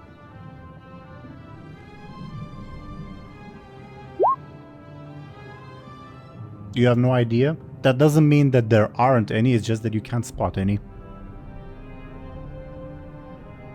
Do I still hear shouting for help? Yes, and well, actually, everyone does. Is there anyone who doesn't at this point hear them? Lyri, I think. Never Yeah. heard it. I think Lyri doesn't hear them. The shouting is growing frantic. Please, please help me. They're killing me, please. Blair will just shout, "Where are ya?" No response. We're just saying the same thing over and over. You know, this is clearly a trap. We should probably go. Sure. Let's go back to dragon hunting. Yeah. Is there no better way to phrase it? Says Kairos. Dragon slaying? I think that works. Experimenting. I thought we were just. This is Kyrie speaking. Trying to get them to stand down. That slaying should be the last resort. Yeah, of course. She sighs. All right, let's get going. Thank you for the hospitality, sir. No problem, man. Rest here anytime. And Sorry about the door. oh, no worries. My wife should come home soon. So, a bit of above board. Of course, you guys can leave, but per the terms that not terms, but per the stuff that we discussed off screen, would you like one of the random encounters to happen, aka the cloth merchant? In case someone. Nah. Nah. Okay. Let's keep that one in the back pocket. Sure. Then we can continue on. Okay. As you continue onwards, Moad, like towards the wherever the bronze dragons might be hiding. Moad, you feel something very, very wrong. Like something's very, very wrong. Can I get a careful from you? Just you.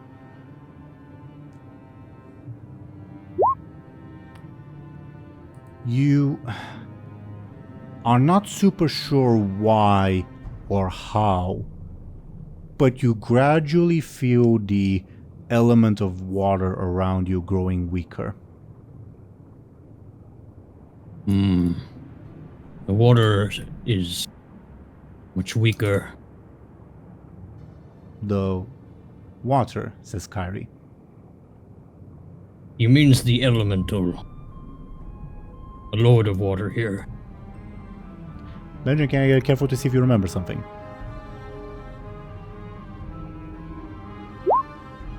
No. Well, I'd say the difficulty would be 3. So you're on the verge of remembering it, if that makes sense. Something about the word Lord sticks out in your mind. Lord Russell, no. Do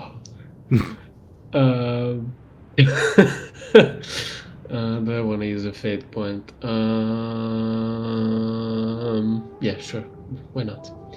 I'll invoke. It's kind of stupid. Maybe it'll work.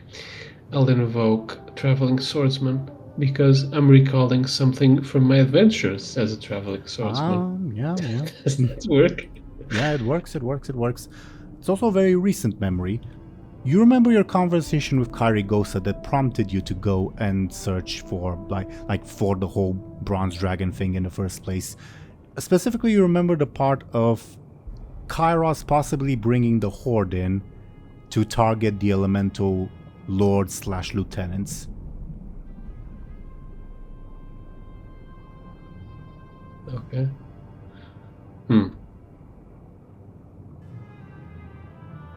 Okay. Interesting. Does it make sense where I'm getting at? Yeah, that the horde's attacking the water elemental. Yep. Yeah.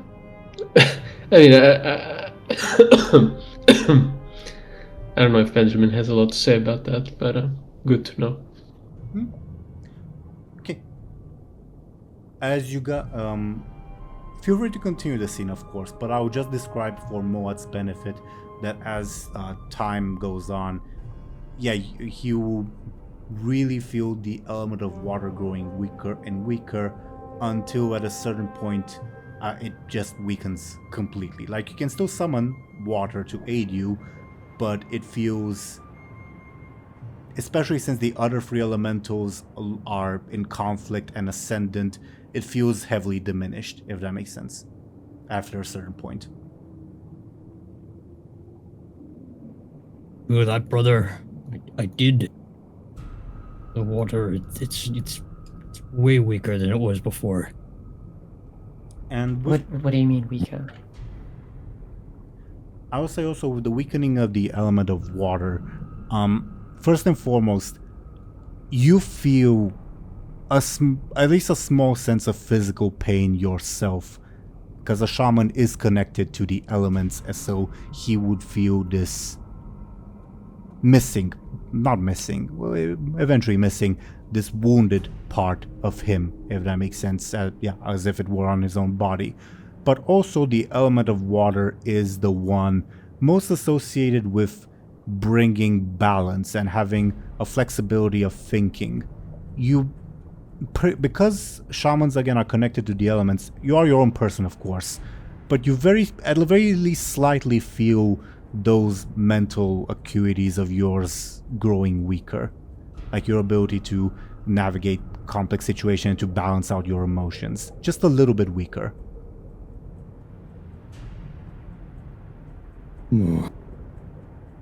What's going on? We don't feel so great. Lyri's like chewing on her fingers. What do you mean?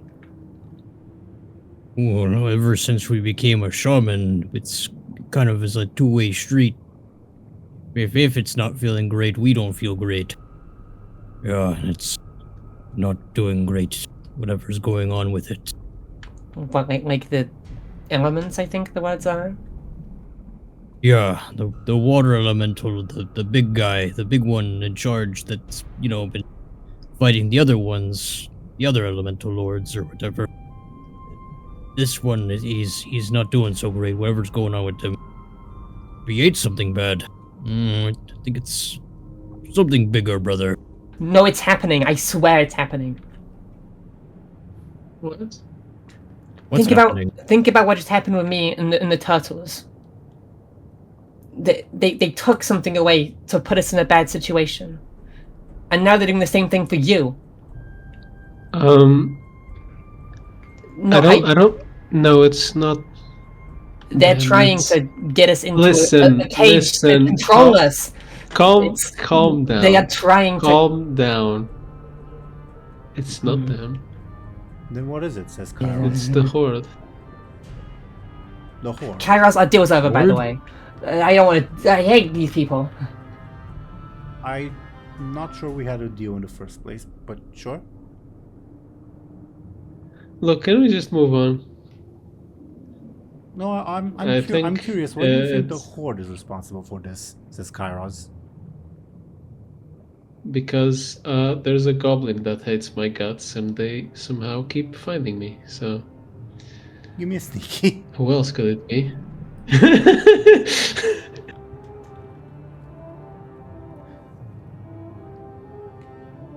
Oh, that's Kairos is careful. Yeah, clear. Oh, I fucked up. Give me the sneaky, please. At least to see how much you fuck up. By Benjamin's standards, it's a good lie, which is not saying much. No, really, I'm curious. Why do you think the horde is responsible? Isn't that goblin dead?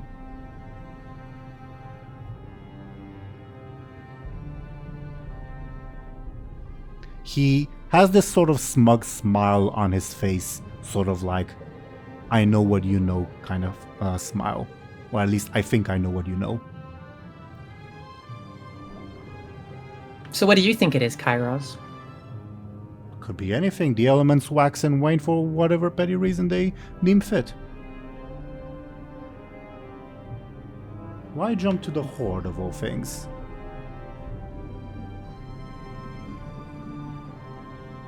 Well, because maybe you were chatting up the horde earlier, so who knows? Are you saying it's my fault? Maybe. I mean, the horde are in the area. And I'm not even saying it's a bad thing. I'm just saying maybe it's you.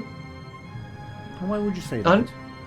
Aren't we friends of an elemental? Why don't we ask them? Might be a bad idea to ask right now, and I think they're busy. Last time I was talking to one, they got pretty uppity. Which was one when was they were- that? It was our wind buddy. Oh, Yeah, the guy who... can't we talk to him? He's our friend. Yeah, but he's kind of fighting to the death right now. How do you know that? Isn't he one of the elemental lords fighting up there? Yeah, I exactly. suppose. But if the Horde's fighting them, then why aren't they teaming up? Because they hate each other's guts. Do they have guts? Water guts, fire, whatever. How do you know that? I'm assuming. They have hearts, and I know they have hearts. That's about it. I, if you don't mind, would like an answer to my question, dear Benjamin Aaran. He says, still smiling. Just said my answer. I know you are connected with the Horde. You are doing strange things down here, and just connecting the dots. Not saying it's you. Just Why jump to me, supposition. though? Why jump to me, though? There's so Because we many just met. But there are so many other things going on that, frankly, don't have anything to do with me. Oh, really? Because I think you bronze dragons are doing everything right now. No, only some things. Well, are you The- doing this? Which is Telling this? you. About what? The Horde business, or the elemental business, the water weakening, whatever. Would you hate me if I said yes? I don't know. Depends what the consequences of this will be. Sighs and says, as I said, Petronimi and Chroniclenorm have an incredibly flawed vision of the future. I'm merely making sure that that vision of the future does not come to pass. So that's a roundabout way of saying yes. I've already said yes, haven't I?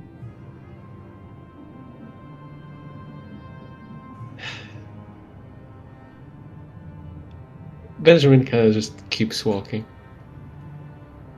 So you did that even though you knew it would hurt Moad? No, I don't think anyone could have anticipated that he would become a shaman of all things. He chuckles. But can't you time dragons just know things like that? Present circumstances make that sort of insight more difficult.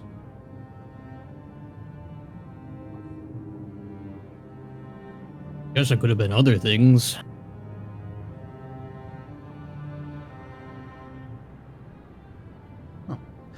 Let us continue forward with bringing my wayward brethren to justice, yes? Yeah, sure. As we walk, Lyri will kind of try to get the attention of the other party members to spark a conversation. Most of the people following us, we can't trust at all. This is really bad. I mean, I'd say we can't trust 3 of them, I suppose. I mean, if you count this winged serpent as a person, 4. What about Runeweaver? I know I he's mean, not here right he's now. not here, but I think he's, well, alright, considering he's- the circumstances. But he's with the Kirin Tor. They have an agenda. Okay, do we not have an agenda? Yeah, our agenda is to stay free. Well, I think You shouldn't now they- stay free. Shut up, Bladebeard. I think now they have less of a reason to throw you in jail. No, they No. don't. Yes, they do. No, her crimes don't go away Played because good. she lost an arm. It's a hand, and by the way, yeah, you're right. You're... Huh? Wait. My cousin is still dead. Yeah, his cousin is still dead. Why are you agreeing with Bladebeard? Are you okay? Because he's right!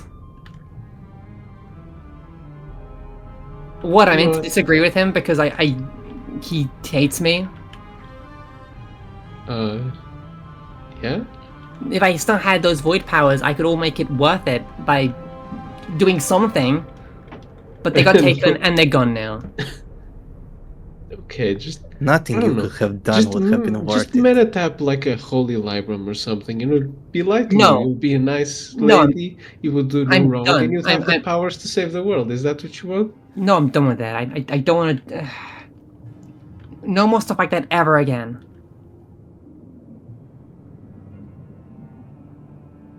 Then you're not making sense. You're being ridiculous. Benjamin, maybe for once, you should shut up. Okay, fine. You guys figure it out. Kill each other. I don't care anymore.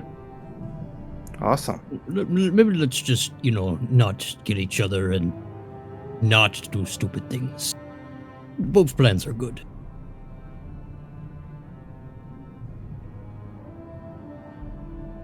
Also, because of Could we- Lyri's shouting, this conversation was not particularly private. Yeah, whoops. Does anyone realize that, like, any of us will realize it is not very private? I guess Benjamin would. Probably everyone but Larry, actually. I have a way to make you all realize. Anastasia will butt in and say, "Do not worry, friends. We will vanquish any danger. None of us needs to die." See, I like her. Keeps things positive. You guys have been like negative Nancy's lately. Yes, you've been negative whatevers, yes. The turtles are going to kill us. The ethereals are going to kill us. Well, Always nothing's gonna have somebody changed. killing us. Exactly, everyone wants to kill us. Nothing's changed in that regard. But now you're not filled with evil powers, so the net is positive. And look on the bright side of life.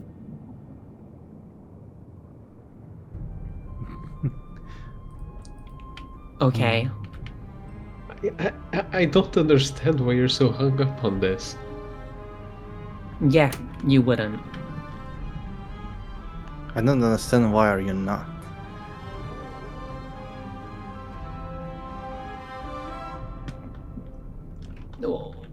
What's good about not being corrupted?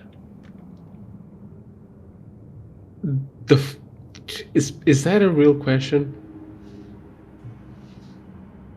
Do I need to explain that it's good that there's no evil voices whispering in your head to do horrible things? The corrupt must be vanquished, says Anastasia, still inserting herself in this conversation. I agree. And you? Do you prefer to have evil voices in your head? No, but it gave me the power to do what I needed to do, right? And it also gave you the power to do horrible things. And sometimes you do horrible things and you have to do more horrible things to make up for the horrible things you did before. That's like some gambler's fallacy bullshit. There And is you no know That made my justifying head horrible hurt. things. There is no justifying horrible things, says Anastasia. The only thing she understood from that. Listen, Benjamin, do you think that... Why am I explaining? You'll never understand. Forget it. Let's just talk to dragons and maybe we could yell at them into bringing back your cousin so they don't hate me anymore. I don't know.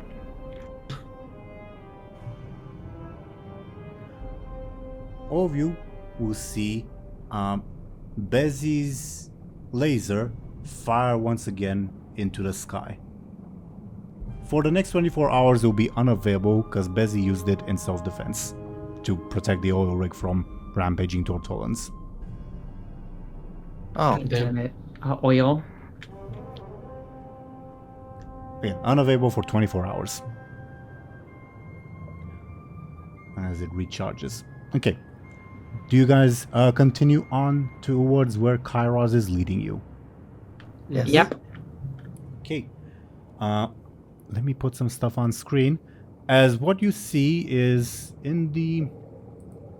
He guides you through a street in this city and says there, I think, should be around here. And among the various ancient troll houses that you see, you also spot this thing that I'll make bigger.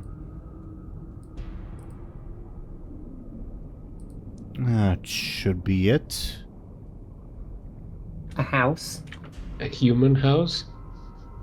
Is this where Satea's thing lives? How do you know it's a human house? I don't know. There's like houses like that around Stormwind. It's a very Ah. human-looking house. Yeah. I lived in that kind of house. I'm not a human. A Stormwindian house. Is that better? There Human. are those kinds of houses in A Lodron as human- well. A human-designed house. Are you telling me a human designed this house? I give up. Can I get a careful Alright. from, I guess, anyone? Benjamin, your stunt will apply.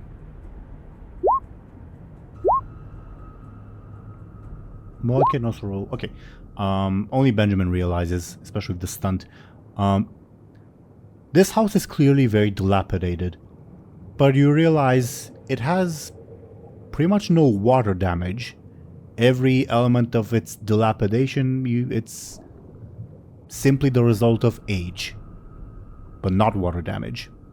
So this house just teleported here. Is that the current theory?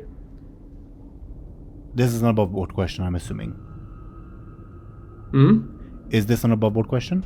No. In character, Kyrie says, the ability to teleport of house, I think I would have noticed it. No, this Well, is... Haven't we been in houses like this before back in Stormwind? I mean, Kyra says, no, this is merely a misplaced bit of the Timeless One's collection. What does that mean? does he collect houses? Oh, he collects many things. Well, to each their own, I guess. Should we go inside the human house? You can follow me if you like, says Kairos. As in, if any of you are too scared, he offers to just go ahead. Kairos, just tell us where we need to go. Stop with this mysterious... Well, Entity. inside, dear Lyri. That's all you Alright, need to let's go. say. Let's go. Okay. What's the marching order? I'm curious. I'll go first. Lyri will go second. I'll go third. Moed will go fourth. Okay, and Kairos afterwards. Okay, and yeah, Oh. you all enter the house, and I'm gonna put stuff on screen. Please give me a second.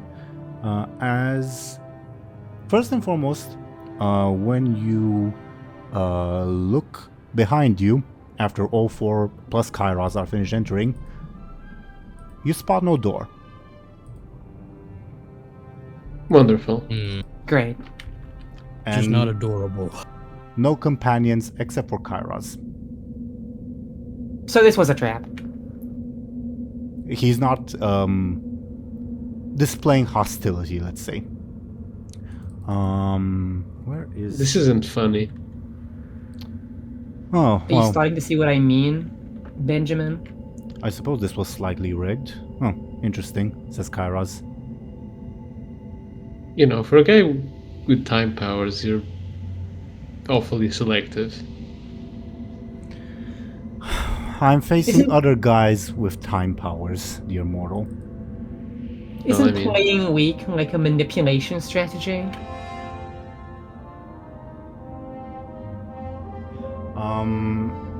Yeah, I'm missing...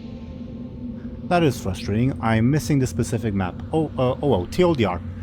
You find yourselves, again, in this dilapidated house. Can I get a careful just from Benjamin to see if he realizes something with the stunt applying? Yeah, it's... looks like your house if it was abandoned for 100 years. Like my house specifically, or like in the style? The one in Eastvale. Huh. This is literally my house. If it was like 300 years old. And had no door or windows.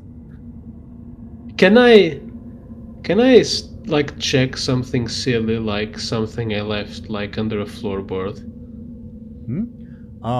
Yeah, you will spot whatever it is with the appropriate decay that like 100-year Passover would cause. Yeah, it was like a you know, like those like celebratory coins that like some events do. Sure, yeah. The coins It's don't like something like that. coins don't decay that much or that easily, but it's dusty at the very least. What's that? And the I'll floor, be damned, it is my house. I guess the floorboards are a bit rotten and all that. And Kara says, "Yes, I suppose you'll be a remarkable individual at some point." There's you guys are in the living room. There's the kitchen, and there's a stairway leading upstairs. Oh Benjamin yeah, like pockets the coin. it does kind of look like your house. Are we underwater? Nope. Still? You're breathing air. Well, maybe if I am to become someone important, maybe the right place to go is my room, maybe?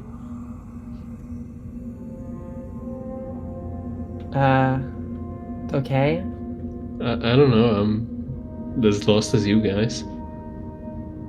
Okay, and Lyri will kind of gesture for Benjamin to go to his room then. I guess he does. It is upstairs, Which- correct? Mm-hmm. What was someone going to say? I was just gonna ask which room was it that Bladebeard, got busy in? Also upstairs. I can't remember. His parents' room. Oh, awesome. I have a weird feeling of deja vu for some reason. Like I've been here. The air is very musty though. Anyway, you guys head upstairs, and what you spot does not look like the upstairs of Benjamin's house. Instead, it looks like this. Yes, it is. The crop is not what you the bad crop is not what you see. It's just the result of my poor Photoshop skills.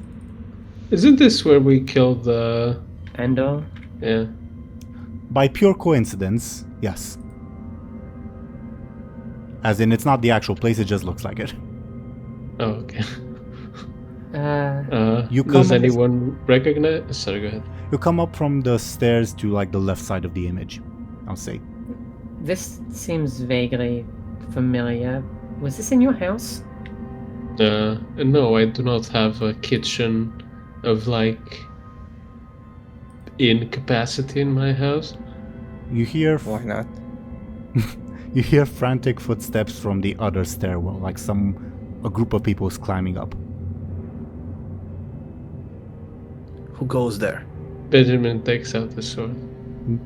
And these individuals pop up from the other side.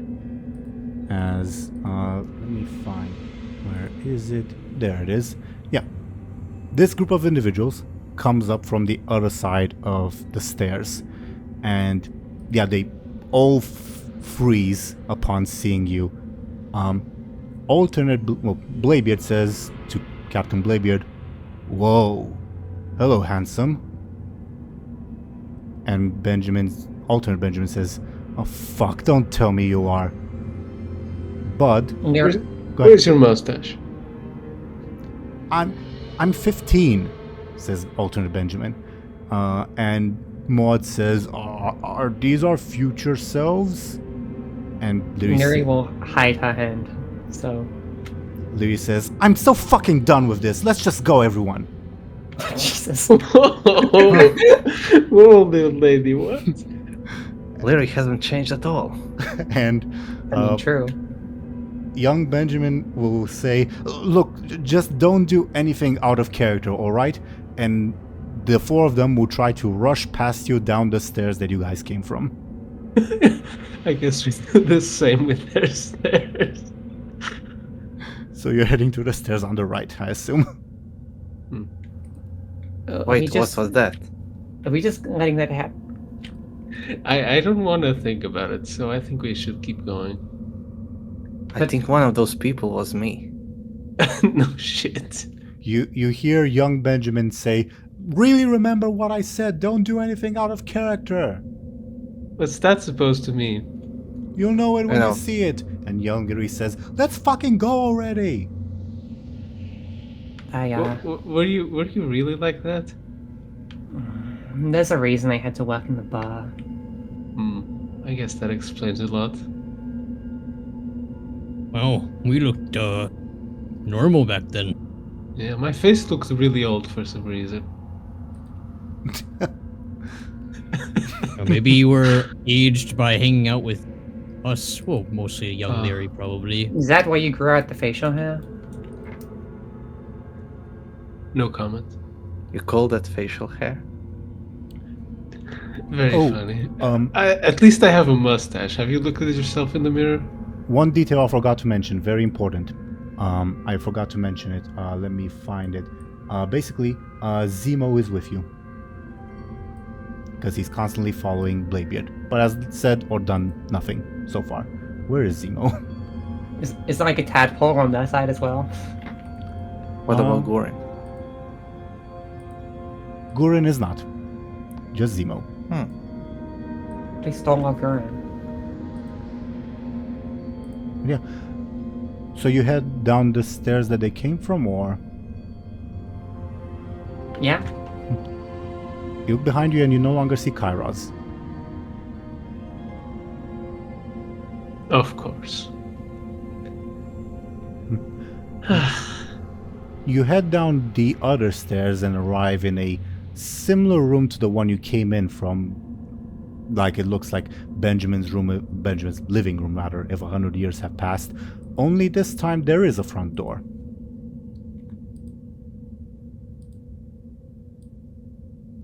Think this is whatever timeline they came from?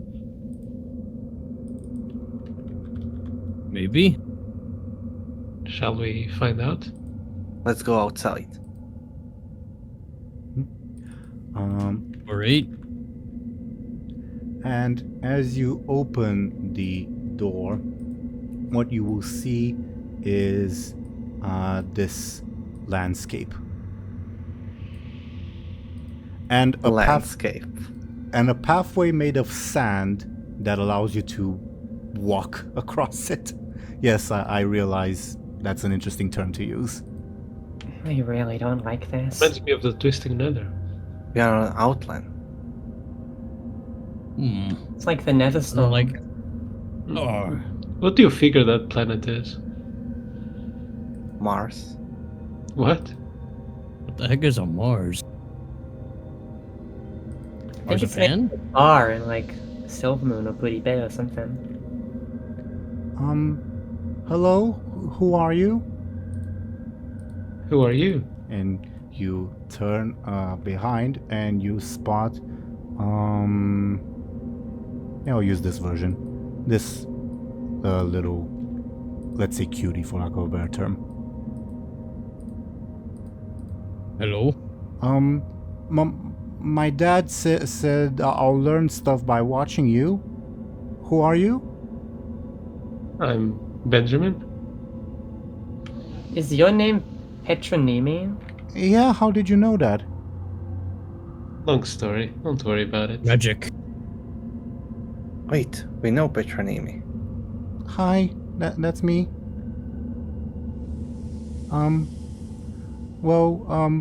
Why are you here? That is a great question, actually. You know you're not really supposed to be here. Then But why I'm does- not supposed to rat you out either. Papa just said to watch you. Why does that door lead to my house? Like, What door? oh, right. Yeah, you look behind you and you just see sand, and the Did other versions of us come through here? No, this is my first time meeting you all.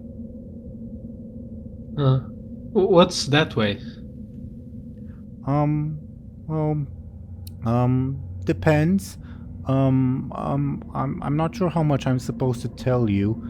But this Listen, just tell us, please. It's been a long day. you're can I get a let's say forceful from Lyri? Well, I shouldn't say too much. But this leads everywhere. Well, anywhere, anyone. Is that a word? Anyone. Yes. But some paths, because it branches out. Some paths lead some places. This overall is actually I shouldn't tell you that. I'm sorry about her. She had a terrible day. I'm not scared of her. With that role, you can tell that Petronimi is not scared of Lyri in particular. I mean, I was just referring to her being rude.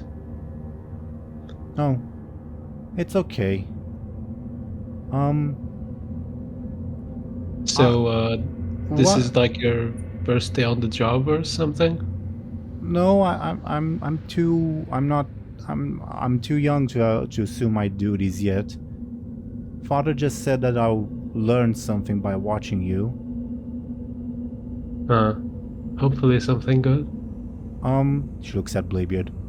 Why do you have those? She points at your pajama pants with one of her claws. And So my penis isn't out. your what? And why do you have the same thing? She says to Maud, who also has a pair of pajama pants. He also has a penis, yes. Don't think you're supposed to talk about that. Do you have two or what? Maybe let's not talk about it around the lizard baby thing. Is there one of you or two of you? She asks Maud. There's two of us. Oh, I still haven't gotten your names. Earlier. I still haven't gotten your names. I'm Moarg, and that's Bud. We go by Moad though for ease. I'm Petronimi. Like I said, I'll have a different name eventually. Oh, Why is that? Well, we all take a shorter name when we reach a certain age. Right, that. Okay. What's your name? Asks Bladebeard. Captain Bladebeard. We met. We have? Aye. I don't remember you. Did you hit your head or something? No. Can you lead us to your father? I shouldn't do that. Why do you have those? You haven't answered me. Why do mortals have time powers and temporal items? That shouldn't happen. Well, I don't care what should or shouldn't happen. I have it. She looks mildly it has concerned. come in handy. We don't. Helping save the day and all that. Are you here to do bad things? No.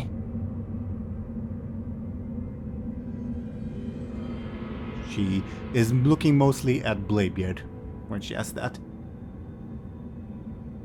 Nope. Okay. Depends. Can we just move forward, please? You can Okay. come with if you want. I will. Father said I should. I wanted to ask. I guess you have a different idea. Why do you think bad stuff happens? Because I guess good stuff wouldn't be good if wasn't bad to compare it to, maybe? Oh. I think that good and evil are just like fairy tales that only children believe in. Nothing is Things- good or evil. I mean, I Things don't- happen because other things cause them to happen. There's no. You can't moralize it. Things just happen because they happen.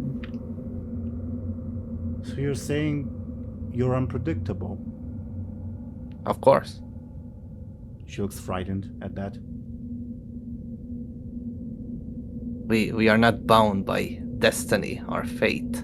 We can decide our own future. Unfortunately, that seems to be the case now.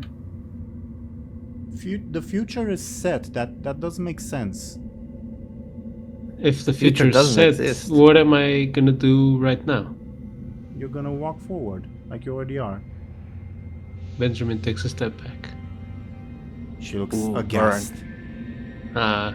Free will. Ever heard of it? But No, he only did that because you told him what he'd do. Everything's cause and effect. If he didn't do that, he would have walked forward. The only reason you said that was because of your disposition as well. What? So What I'm you- saying is the time is... Stuff is set. It's just... That's an awful way of telling, because of course he's not going to listen to you. But if it was set, she'd know I'd do that. She's a baby. I don't know. You were a baby earlier, so you know Yeah, and a very rude baby at that. I was once it a was baby. very telling. Okay, well... How is that my problem now? I'm not saying it You were is. a baby. Everyone was a baby once.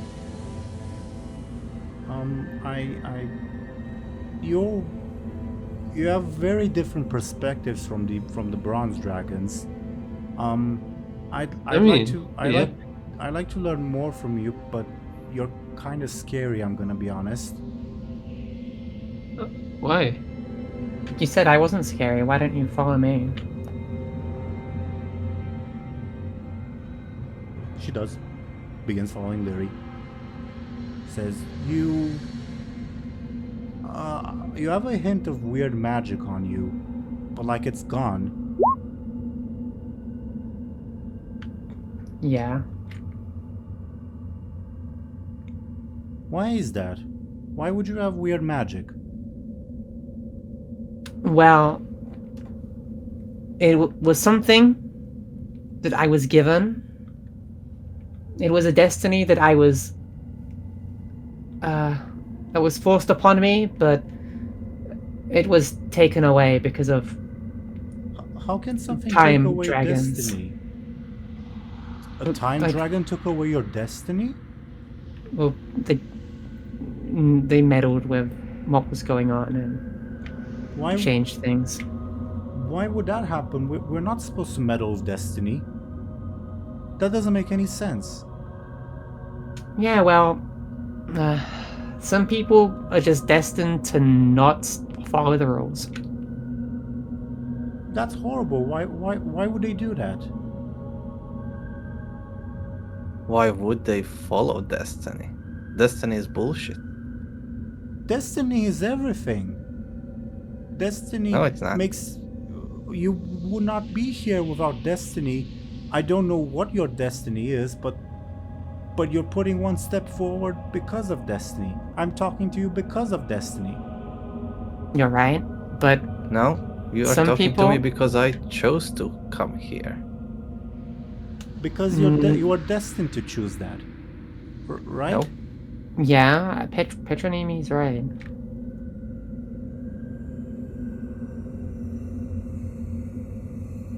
But some people are destined to not follow the rules because bad things happen to them. That's just how it is. Some people are just going to be bad. And you can't stop that, and there's nothing you can do to stop that. It just happens because it happens. I mean, not following rules has been pretty great for me. Well, it depends on what those rules are. I think messing with time magic and other things are different than I whatever you do. I agree. You should. She looks to Bladebeard and Maud. You should give those things up. She indicates your respective trousers. Wait. That's a bit too much. Why do you say that? My dude, sounds like a bad idea. Because That's we might against- need them. Yeah, that's against my rules. I don't give anything for free. Your rules don't matter. Only the destiny matters. Only. Yeah, Why? but he's destined to be a selfish prick and keep them to himself. So Oh. yeah. I don't really keep mine because of that. I keep mine because it's come handy. You know. No matter what you say, they won't give up those trousers willingly because that's just how they're destined to be. Even if mortals aren't supposed to have those items. They'd only give them Well- up if someone forced them away. That's it. Well, if we are not supposed to have them, how do I have them? I don't know. Why are you asking me? Why do you have them? Because we took them from a dead person. What dead person? A guy who was wearing them, who we killed, and we took the pants. You don't mean a dragon, do you? I I don't think that the so. guy was a dragon. He was some crazy person. Oh. And what's going on with your head? She asks Bladebeard. There's something in you, and it's scary. Ah, it's Nanya. What? Nanya fucking business. You shouldn't say that. It's a good one. I used it before. I don't know. It feels kind of lame to use it again. But it's funny used on a kid. But I'm waiting for Thompshire to get back before we continue. I know. I know. Yeah. Bladebeard will start getting dressed. Oh right, I forgot he wasn't. He was in his swimming mode. Petronimi will say, just because you hide those trousers doesn't mean the other members of my kin won't see them. You should give those up. He'll not put his pants on. He'll keep the red ones visible. Are you trying to make me angry? No? Being angry is your choice? No, it is not. Yes, it is. No, it is not. I should Well, not yell out actually- as much. I wouldn't say it's her fault. What do you mean? Be nice to the baby dragon, Bladebeard. Well, she's a baby dragon. Like, obviously, it's going to be adamant about its beliefs. It hasn't had time to, I guess, grow. Don't talk about me like I'm not here. You should respect your elders. Sorry, do. but I'm destined to be a bit of a prick, so... Oh, me too. I'm not. No, we're destined to be two-headed ogres. Which is pretty great. You are? I don't know. I have this.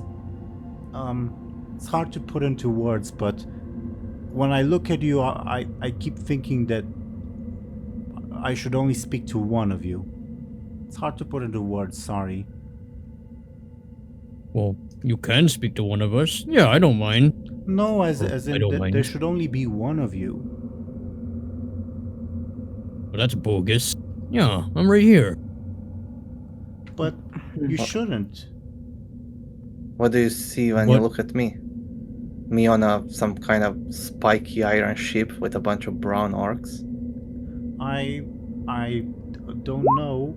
I just have a hint that you should not be here and that the thing in your head you should not have it. Thompshire, you missed like everyone conversing with Petronimi because we were stalling for you to get back. What do you think when Oops. you look at him? I Mary will point at Benjamin. It's the only one that kind of feels right, I guess. That's comforting, I guess. That's boring. Well, sorry, I don't have a voice in my head. Well, beyond my own, I guess. I don't have it either. I defeated it. As you guys continue walking, you will spot in the sand that you are walking across, this thing sticking out that you may or may not remember. Oh, my Oh stick! god, it's that. I grabbed my stick, and not the branch thing. Wait, that's not supposed to be here. What happened to that thing? Bladebeard. Wait, do I know Bladebeard broke it? No. Also, Bladebeard didn't break it, he threw it in the sea. Oh, or that. No, he gave it to... What? I thought he gave it to the druid. The booty bay druid. No, you threw it in the sea long before that. I missed this thing. It's really useful. Try to pick it up and disappears. Well, for Benjamin. Bladebeard, from your point of view, Benjamin is trying to grab at nothing. Like he's a bit farther away from where the staff actually is. What a moron. For Moad and Lyri's point of views, the staff also disappears. Damn it. What happened to it? Like both times. I don't know. The first it just vanished, and now it... Well, I guess it also vanished. Hey, Petra, what's this about? Well, Can we get our stick back? this is the collection of the Timeless One. It's stuff that he found interesting from all over the timeways. And he just throws it out and about? He likes collecting things. Oh, me too. A Doesn't seem to like organizing them. A we part of his collection? Are you? I mean, that would explain why you're here, I guess. Are you? I don't hope know. not. I don't think we'd make a fine addition to his collection. I think I'm probably the best piece in his collection.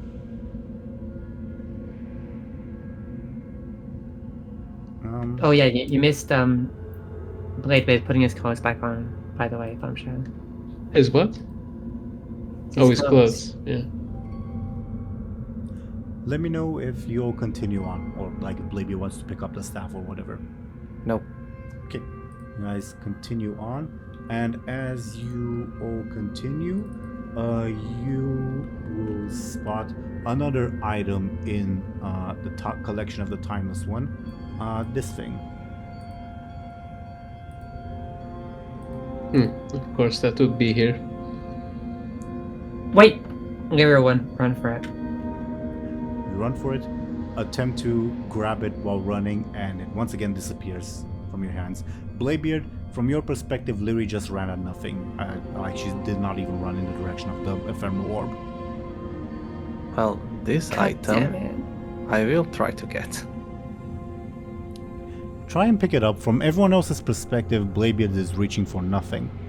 Bladebeard, as soon as you pick up the ephemeral orb, you spot, of all things, the city of Aaran, lying over a land you have never seen before. And as you find yourself in the the Violet Citadel, that's the name.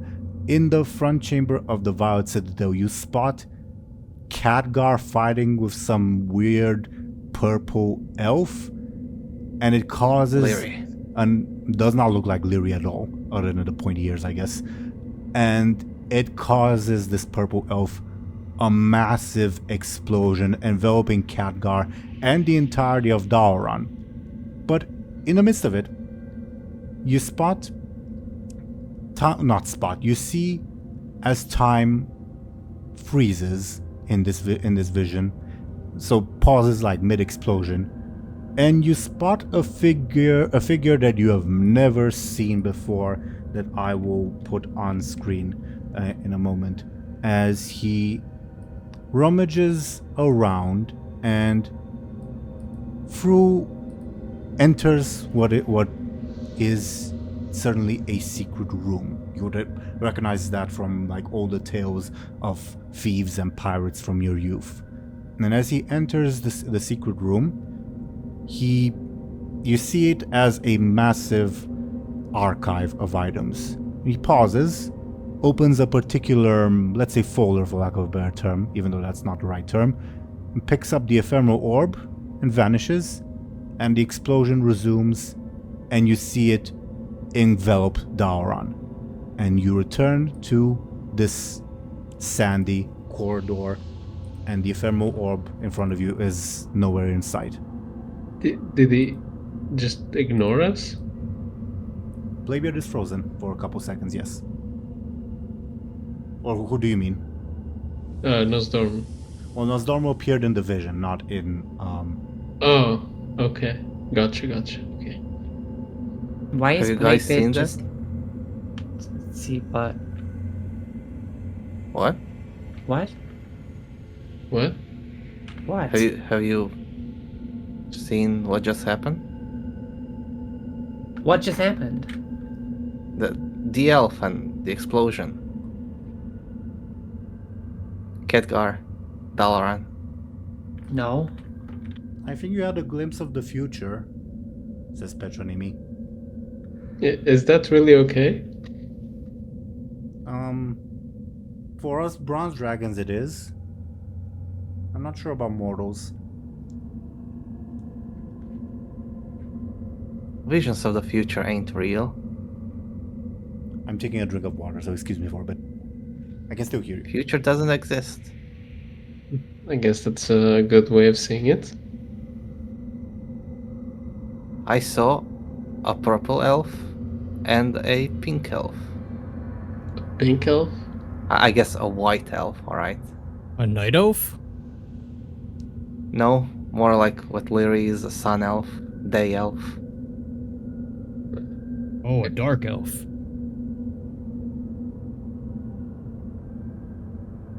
Wrong franchise. And Khedgar. Lyri's just offended and silent. Yeah, I saw Dalaran explode. I'm glad my mom isn't there anymore.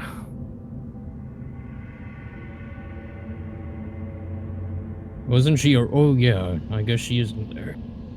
She's in Stormwind prison. Fucking. Your mom's in prison? Aye. For a murder she didn't commit. Do you want to, like, get her out? Of course. Fair. Are we gonna, like, do something about that, or...? After we save my crew, they are in bigger danger than she is. They're not going to hang her. There's no evidence she did anything. Also, Runeweaver said that they're probably not going to kill her, and I guess he understands the law more than I do. I should speak to Runeweaver at some point. Did your mother do something bad? Petronimi asks. Did yours? I don't know. I never met her. Can't you, like, peer into her life or something? Maybe I will when I grow more powerful. At the moment I can only see glimpses. Feelings, really. Have you never asked about her? I did, but father said not to worry about it. That's never a good sign. By the way, where did the orb go? The ephemeral orb. It vanished before I could grab it. I guess it lived up to its name. I finally caught that. Yeah, well, why would I know what that word means? I'm a pirate. A dumb dwarf pirate. Okay. I mean, how do you guys continue on? I guess we continue on. I guess you continue on. As you spot, for the moment at least, the last item, for the moment again, you see poking through the sand, one of these legendary items. Oh, not the fucking... Not The you. whole sky moved. Fuck. The world is moving. I suppose of all Oh, things, there God. would be a camouflage here. Yeah, isn't the thing that we got like convinced to always buy from the casino? Yeah, it's the thing that goblins like, I guess. Yeah, it does anything, I think. Something like that. I've heard legends of this thing, says Petronini, but I was hoping one of you could tell me what it does. And I think only a goblin knows how this works. Actually, I don't think they know how this works, just that it does, and that it's useful or something. Well, only Look at one it. way to find out. I'll try to grab it. Try to grab it, and similar thing happens to last time. You see a vision of... have you ever been to Gadgesan? Yes. You see a vision of Gadgetan embroiled in a brutal gang war with several gangs that you've never heard of before. And in the midst of fighting, a brilliant goblin inventor is unfortunately shot down, still clutching his final invention. And as he lays dying, you spot the same sandy elf person, for lack of a better term, appear out of nowhere and kneel next to the goblin and say, "Do not worry, I will keep your masterpiece safe," as he takes the sound flange and you are returned to your present time. This time for everyone, not just for Bladebeard, the sound flange vanishes. Oh, Oh, have you seen this one? This vision? see what? The vision of, mean streets of Gadgetan. Oh, that Hearthstone expansion. No, I stopped playing after like the base set. So I'm the only one who saw it? From everyone's perspective, Bladebeard tried to grab at nothing, and then the sound flash vanished.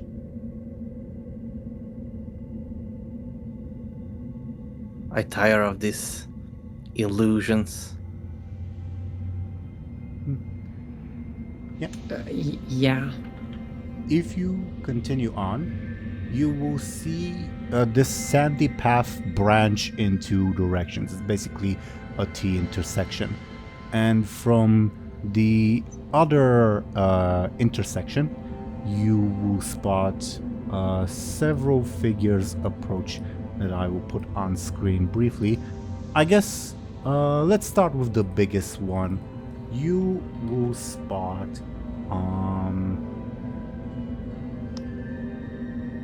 this individual that I am putting on screen, who is joined by one of these things, these lovely things. Oh no.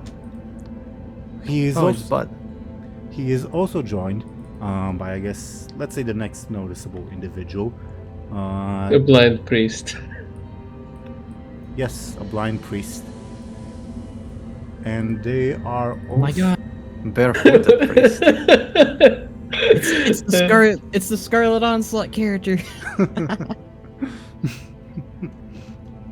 And they are led by this individual.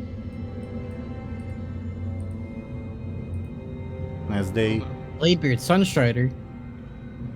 as they approach, Bladebeard says to Captain Bladebeard, "Whoa, hello there, handsome." Ahoy there. And Benjamin the priest says, "I see the light has guided us to you, has guided you to us. Hello, you might know who I am." Yeah, you're the, like, eyeless me. As they all Oh. should be. Your Lyri looks weird. No, we have taken vengeance. Not we have begun taking vengeance on them. Light rest their souls. And alternate bud says, yeah, we don't like Lyri here that much.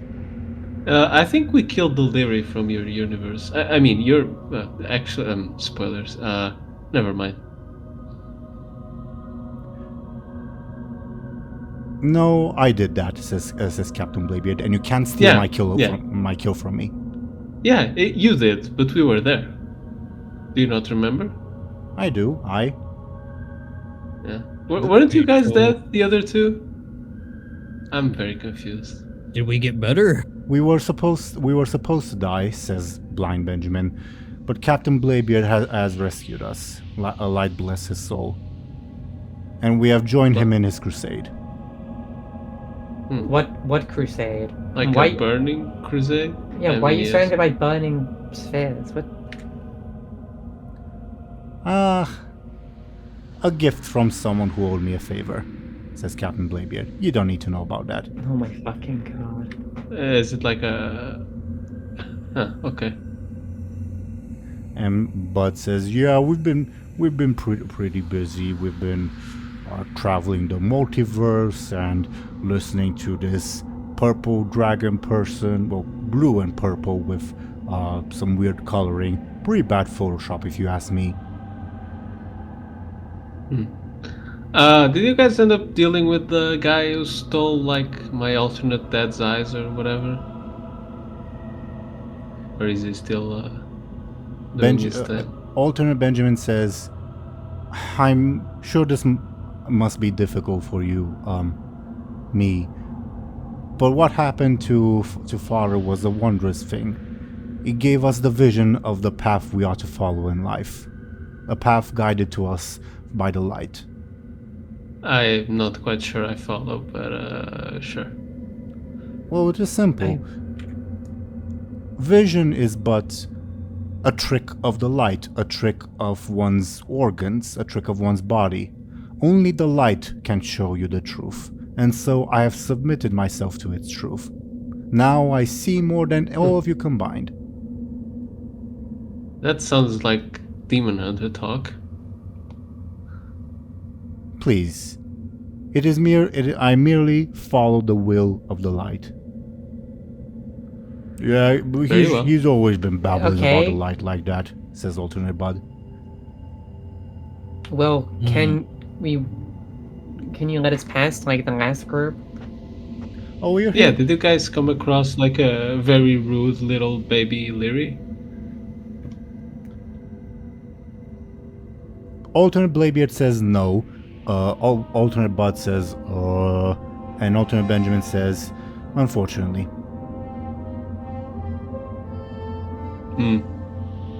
The light guided our blows true.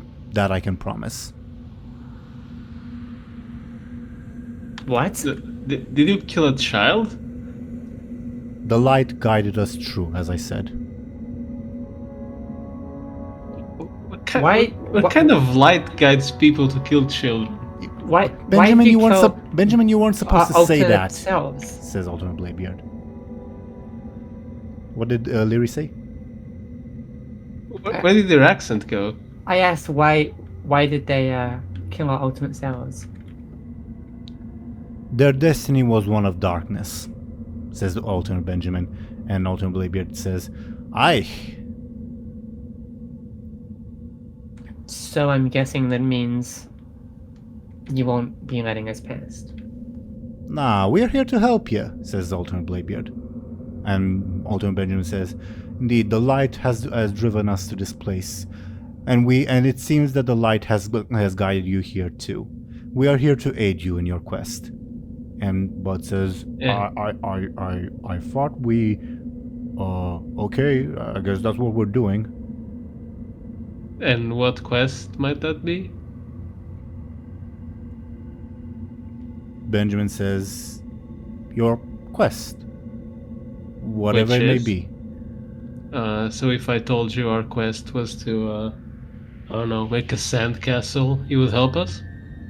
If the light has guided you so, it must be the path forward towards the enlightenment of the world. I don't trust you. Any of you. Well, I don't trust you. You killed me. Well, almost did. That is a good reason not to trust someone. It's fair. You could They- trust us. Look at her. They she's killed a harmless. child! Yeah, I can. And they killed the other me. I mean, the other you was kind of. I can promise that it Yeah, was the other you painless, says the Yeah, ultimate but Benjamin. you can't hold me killing one of them in an alternate reality against me if they've killed two of me from alternate realities.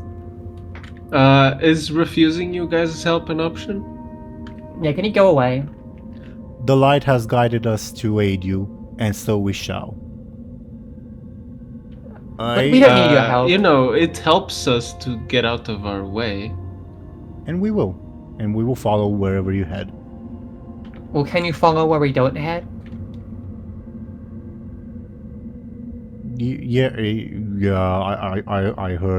I heard you bit his head, yeah. Oh yeah, I suppose that did happen.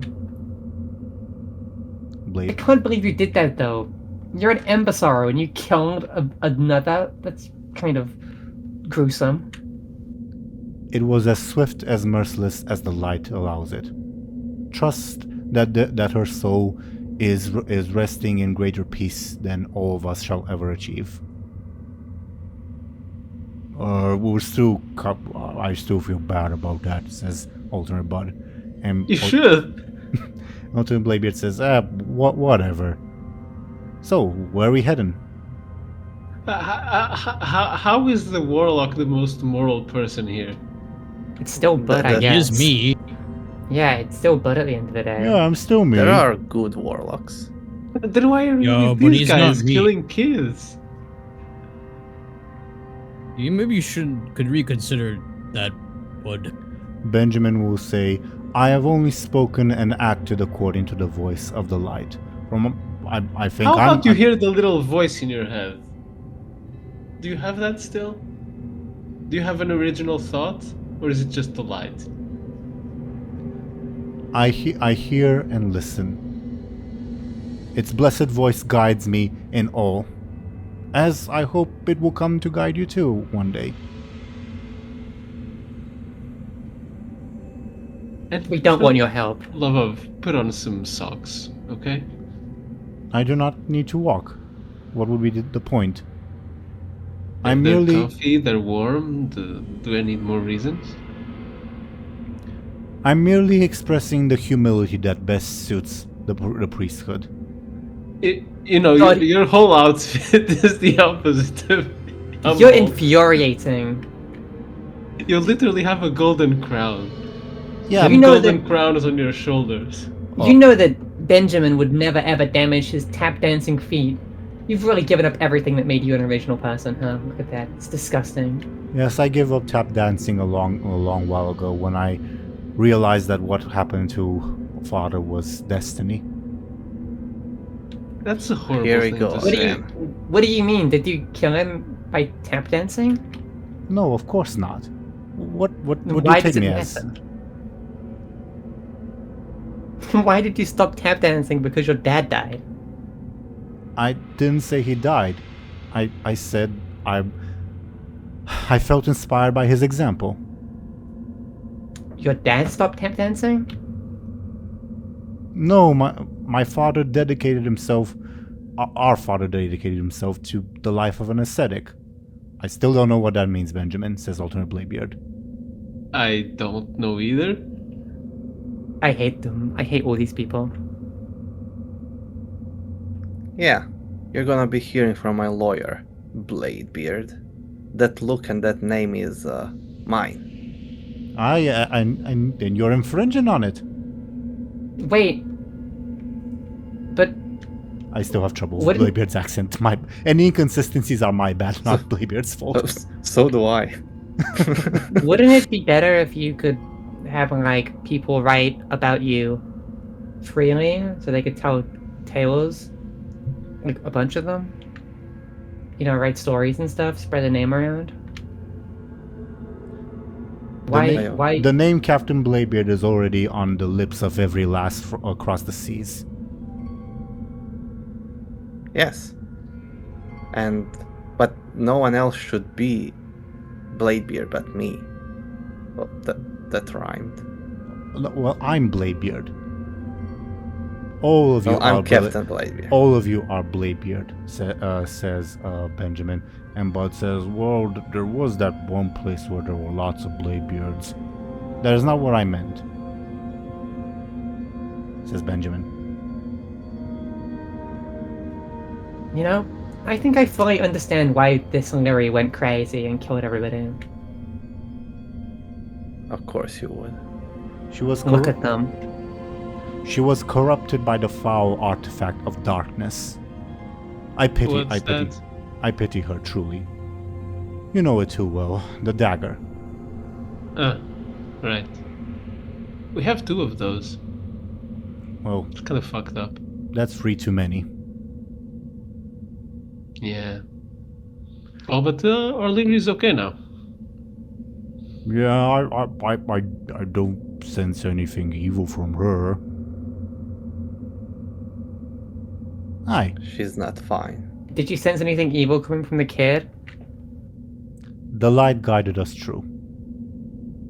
Wonderful. Do you agree, Bud? Well, I don't want to talk Would. about it.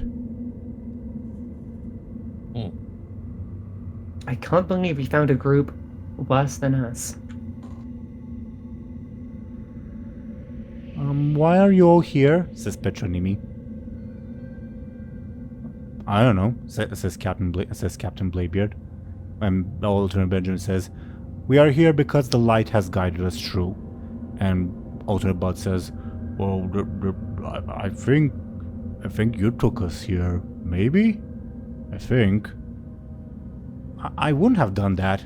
Why would I do that? I don't know. Discord may be cut off, but Alternate Bud said, I don't know.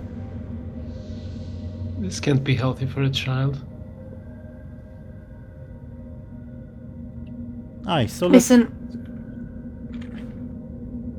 Can you just go away? Oh, we're here to follow and help you. Why? And I want your opinion, not Benjamin. My opinion is not Father my own, Benjamin, but the light's. Prophet Benjamin, whatever is going on with you. Archbishop. Right. Yeah, you made it pretty far, says Bud. And, How old are you again? you ask, Alternate Benjamin. He says the same age as you are, above board, which I do not know offhand. Huh. Archbishop at that age. 56. The other members of the church Go on. recognized that the light spoke through me, and so I was chosen. I did not seek this position out of pride or ambition, but out of a desire to guide people towards the light. You're not with the Scarlet Crusade by any chance, are you? They are misguided, unfortunately. No, I'm not with them.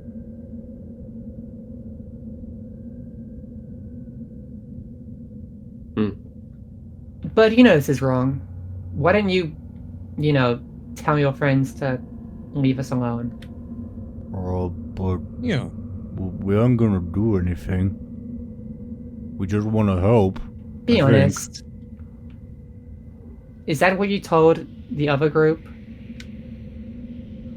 Be honest with me. I know you're a good person. Well, which other group? Oh. The one you killed? Which other group?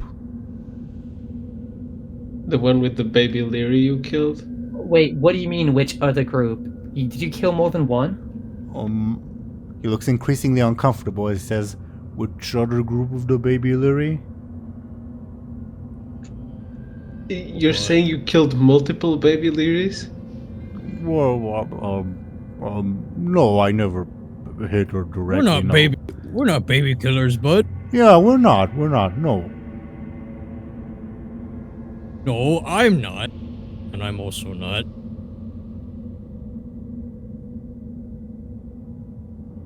Yeah, we're not accepting your help. The light has guided If I us became a to baby help killer. you. And ultimately, Makes you feel any better? I became. Well, in case you haven't noticed, there's no absolute light monster. here, okay? This is like a weird ass. the light is uh, everywhere. The I- light I- was within me at this point. It's kind of The light is within you at this point. dark, you know. Yeah, well, the light inside me is giving me very big red flags about you guys. Can we just Light indeed find? gives me gas. What was Can you it? just find Chronic? Yeah, let's fucking go already, says alternate Bladebeard. And he, like, indicates that your group should go Lyri forward. will look at Benjamin and everyone else like, are we really doing this? Benjamin shrugs. Dude, they're gonna kill us. Oh, we're going to kill them if they try anything. Yeah, we outnumber them. No, we don't. Yes, we do. We have 4 people too. That's a demon. It's probably weak. Also, I'm 2 people, so, you know. Yeah, but they have. Come on. Moad eats shits like them for breakfast. I don't eat people anymore. Yeah, didn't like I said Bud shits. rip out one of those guys' arms and booty bays? We're fine. You know what? Fine, but I'll go first. Okay. But shouldn't you not go first? They seem to really hate you. No, she should go first, so she's further away from them. Yeah, they wanted us to. They want to go behind us, not in front of us. Oh, okay, then that does make sense. Unless there's a bear trap in here. Oh, what? It's losing a hand's nothing, but losing a foot would be devastating. Is that really where we're at? You'd have no arm and no leg, so that would be pretty bad. I mean, you'd kind of complete the pirate look, but it'd still be bad. You know what? Having a hook would be better than this. I can't believe I'm admitting it. But also, it's a hand, not an arm. Come on. Alternate I guess- Bladebeard offers you a hook. Says, always keep one of these around. Awfully nice of him. Lyri will gesture for Benjamin to take it and say, "Can you look this over?" Benjamin takes it. Feel free to keep me Like careful to inspect it, look it make sure over. there's no poison needles or anything in there. Can't really tell much with that roll. It's a hook, I guess. I don't.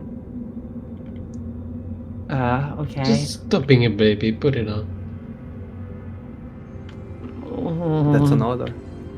It is. Lyri will put it on then.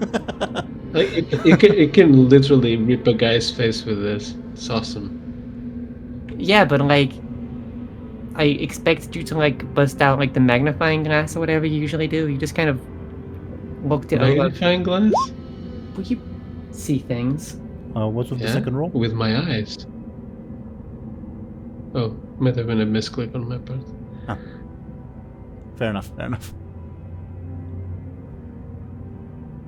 Okay, Lyri puts it on, I guess, and waits for the inevitable sting of death to take her over. Put it on, and nothing happens. Nothing nefarious, at least.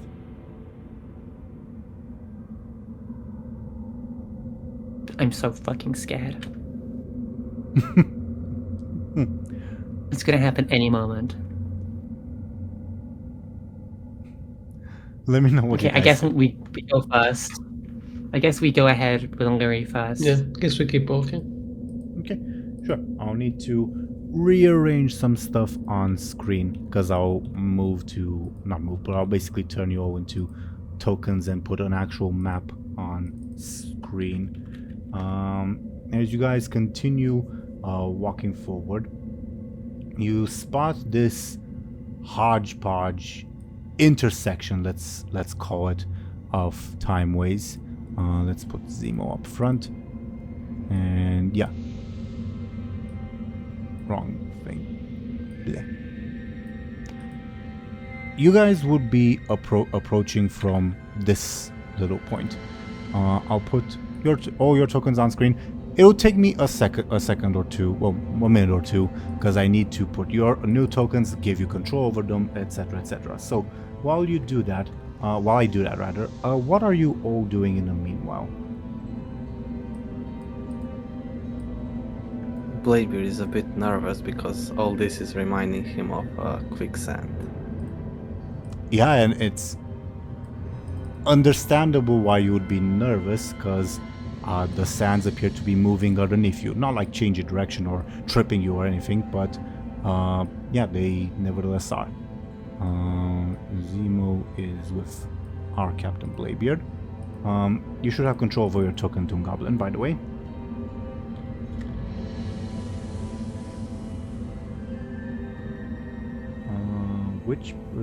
This is Benjamin in season 3.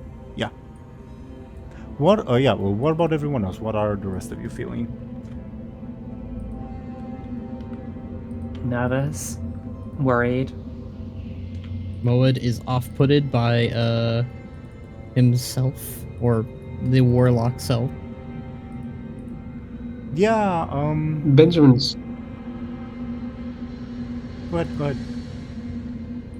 I was just gonna say that it's kind of looking around, trying to figure out why they're here, and what they're really, where they're meant to be going. You have a hard time figuring out much of anything with the twisted skyscape, the sands floating underneath you. It's disorienting to say the least. Oh god, I have so many Lyri tokens. You have so many versions, Lyri. Guess I'll use this one. That scares me. Oh, why do you say that? I don't know, it just scares me. There's so many Lyri tokens, because you could just randomly use them for anything. Well, the issue is, well, like you remember when Benjamin saw through your thoughts and all that? Yeah. Basically, I put all the tokens from that in their own folder, Lyri Memories, and so whenever I look up Lyri, all those tokens pop up, so that's why there's so many of them. I see.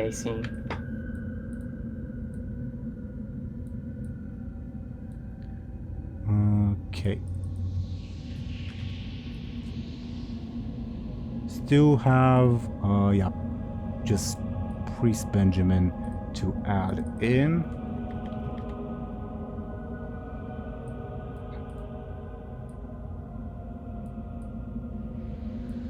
Yeah, something like that. We'll go with that order. By the way, for extra context, yes, Zemo is floating in the void as he's following you. Not concerned by, anything really. As you guys continue on, I forgot about Petronimi's token. I'll put it on screen. But anyway, as you guys continue on, Petronimi says, I think your later argument might have caused a bit of a ruckus. Later argument, right? Did I misspeak? Sorry. Did you not say later? Or Earlier, say later? I've meant to say earlier. I think you said later. I mean, it's thematic. My bad. As you will see in this little convergence, and this is the point where I remind everyone that the model viewer I use is limited to patch 8.2, as I'll put this token on screen. Joined by several of these little underlings, as this individual comes forth and Petroni says, I'm not supposed to interfere too much. I'm just supposed to watch as the Draconid says, Petronimi? Why are you... Who are these intruders? And, yeah, the Draconid and the Dragon Spawn march towards you. Halt, mortals! You are not supposed to be in the vaults of the Master. Well, we kind of entered in a weird, decrepit house down in the ocean, and then we opened another door and we were here. Do you know Kairos Dormu? Yes, of course I do. Yeah, well, it's...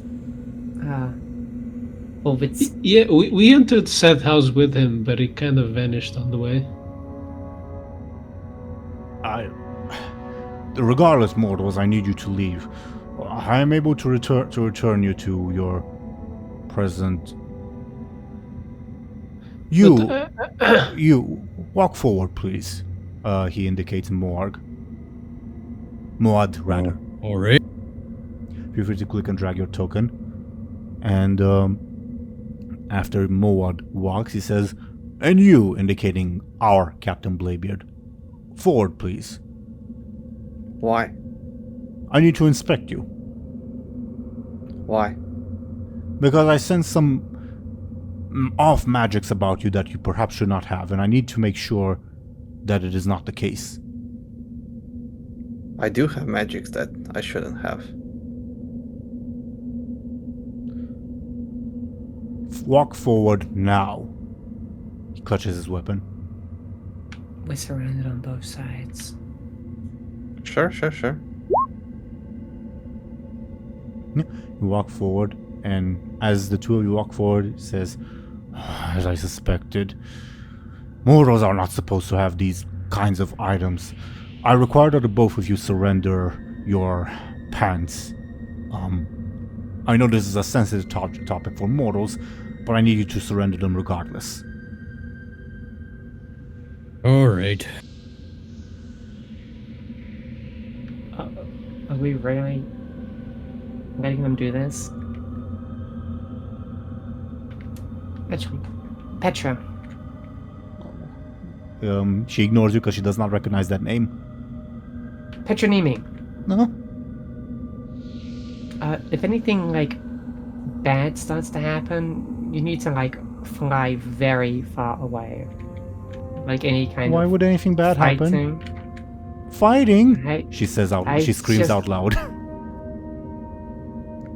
Catching the attention of the guard. There will be no interference here. Mortals, realize that you are not on your own on terrain familiar to you. Surrender your temporal items, and I shall return you to your proper timeline. I'm doing it. It takes a long time to take these off. You too, dwarf. No. He clutches his Yeah. weapon. Where is it? Lyri will step forward to be near Moad and Bladebeard. Yeah, feel free to. He clutches his weapon and says, I warn you, mortals. I'm a patient individual, but the rules of the Bronze Dragonflight are very strict. I cannot allow you to, and the conversation is interrupted as a bullet hits the Guardian in the shoulder. And if you all were to look behind you, you all would spot alternate Bladebeard having clearly pulled the trigger. No! I knew it. And yeah, combat will begin. Now, as I adjust the initiative order, let me check who... Yeah, he will go first, actually, funnily enough. But I'll need to make adjustments in the initiative order. So while I do that, Captain, 2 men. What's up? This will take me a second, sorry. Tuman?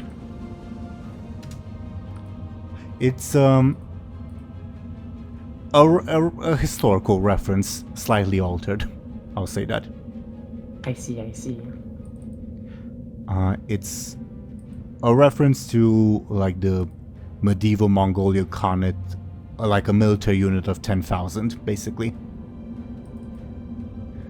Anyway, which might say something about his powers. Anyway, then there's Lyri, Benjamin, then alternate Bladebeard, then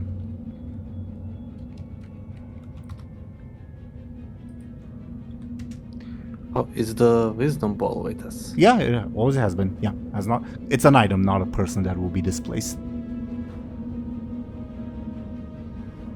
If that makes sense. After alternate Benjamin, alternate Bladebeard, alternate Benjamin, and after more than Bladebeard, it will be alternate Bud, because this is Bud, not Moarg, that you are facing. And yeah. Beginning the initiative order, Captain Tumen says, I shouldn't have let my guard down.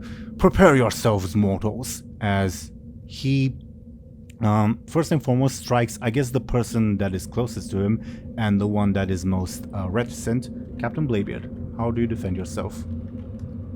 With his, I'll try to block his spear with my sword. Yeah, it's a glaive thingy. Give me AR Forceful, please. How do you take 6 points of damage, I guess? Or do you have a stunt that helps you? Nope. And Kyrie isn't here. Very true. So wait, six points of damage? I'm going to spend should I reroll or add +2? Because if I add +2 I need to take 4 You got points the of damage. most average possible. Yeah. I will spend a fate point. No wait, I have a arcane saber. Can I use those things? Yeah, of course you can. Yeah, I'll use 2 of them. Okay. You still need to take 2. Level 2 stress. Okay, will do. As Captain Tumen smashes through your defenses, his own pole are not affected by your arcane saber, and knocks you, I guess, into Moad. And as he says this, Guardians, cover me. I think I will need aid. He, in the blink of an eye, appears over here and digs into the sands and finds an item that you'll need to be closer to get a closer look of what it does. And because of this item, Captain Tumen will now go after each and every one of you. As in, he gets 1, 2, 3, 4, 5, 6, 7 turns per round. Oh my Awful. God. And are we able to ever notice this, or It'll be immediately obvious after Lyri's turn. Okay, I see. And yeah, speaking of which, it's Lyri's turn.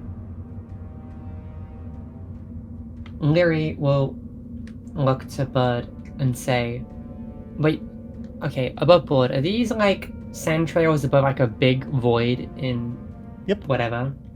As far as you can tell, yep. Bud, could you throw one of them into this? I mean the alternate people, not the dragons. Let's try I was to... gonna say, I don't think we should be killing the dragons here. They're not...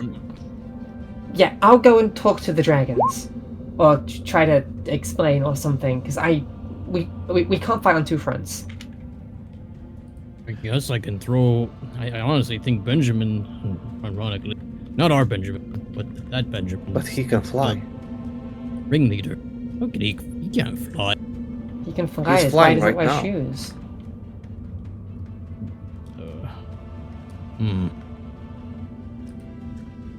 I guess evil Bladebeard then.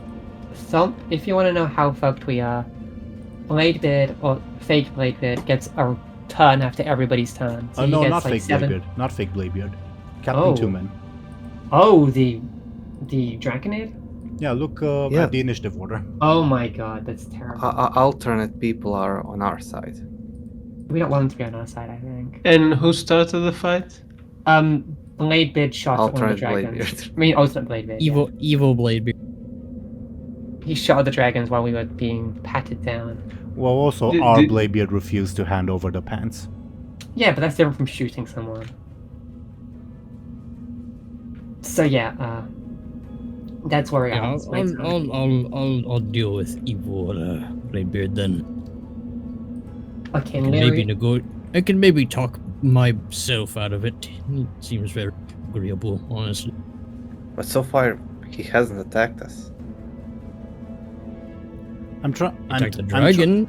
I'm trying to help you. You take his left side, says alternate Bladebeard, and Benjamin the priest will say, "I will heal any who are injured." And alternate Bud says, "All right, here we go again." How about you throw yourself off this path, huh? Do what? I was talking to Not you. other me.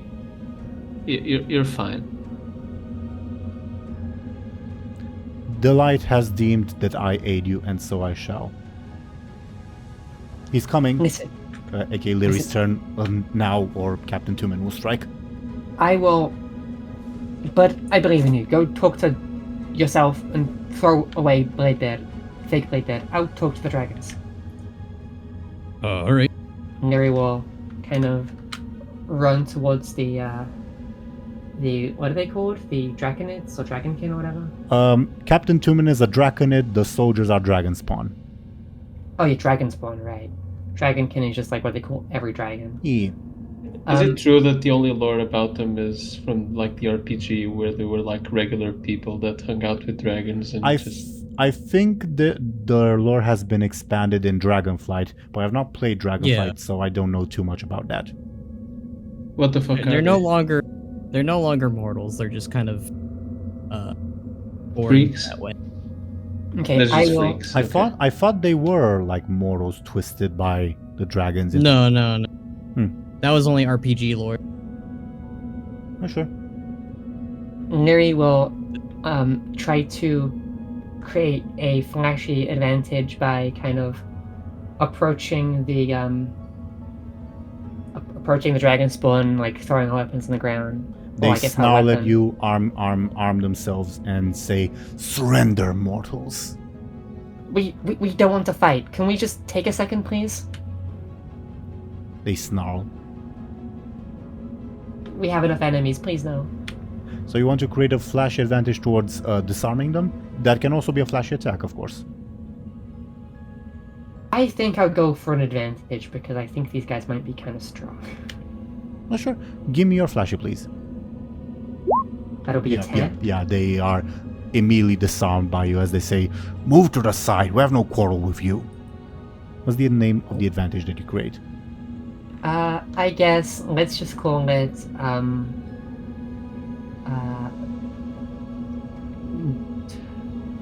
disarming presence, I guess. Disarming I mean, presence. they're not not disarmed yet, but you know, the vibes.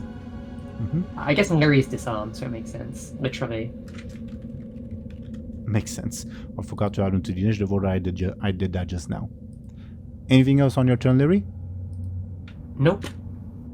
Okay. Captain Tumen suddenly appears over here. You can tell that he just moved very, very quickly, aka circumvented the entire way to reach over here in the span of less than a second, and he attacks Moad and says, "Drop down the trousers and surrender right now!" Moad, how do you defend yourself from this sudden attack?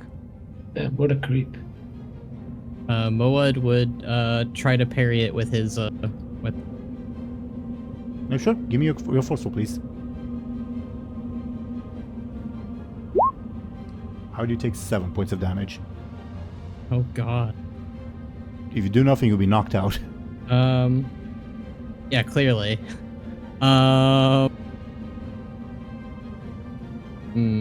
Fate point. Maybe. Fate point would at least add. Did I roll a generic roll or a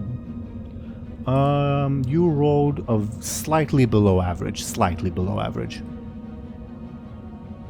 Would complying nullify the attack? Too I mean, he late. was already No, taking them off. No, because the rolls have already happened. You can use the pants. Ironically. But it'll piss him off though. Yeah, no. Yeah, you can use the pants. Would he I'm aware. notice? Because don't bronze dragons know that we use the pens? I mean, of course you would notice. Oh god. Yeah, they always notice. But, as Moad ponders this, Bladebeard, can I get... I think a careful. Yes, a careful would be what I would like you to roll. The thought does spring to your mind. Oh, if only Moad would use his pants to undo this incoming attack. But I'm not super sure where that thought came from. But it does sound right to you. But you're not super sure. Like the reasoning of it, you're not able to follow to its end. And that makes sense. Alright. There's a reason I'm only asking Bladebeard to roll this, even though Khono Moad rather also has these pants. But anyway. Oh, on that note, you can undo for Moad, if that makes sense. Oh yeah. I can. Okay. So, Khono, how do we resolve this roll? If we're leaving it at that, of course.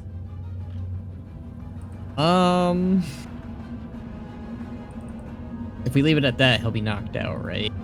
Pretty much. Moad was already gonna comply anyways, and it's interesting narratively, which is why I'm tempted by it. I think that Well, for the sake of the narrative, here's I will reveal what Captain Stuman's goals are, because this is what he wants, like, as to extract from all of you if he wins. He wants you to give up all the magic items that involve temporal powers, and he wants you to GTFO, aka he will kick you out of the dungeon with no chance to return.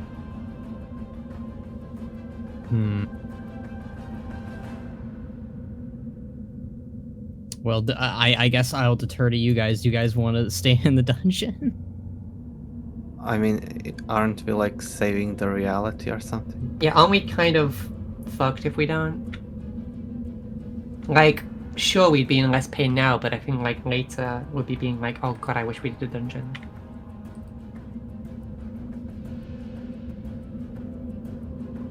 Yeah. So we want to stay in the dungeon. Yes. We wanna win. Okay. Welcome to the dungeon.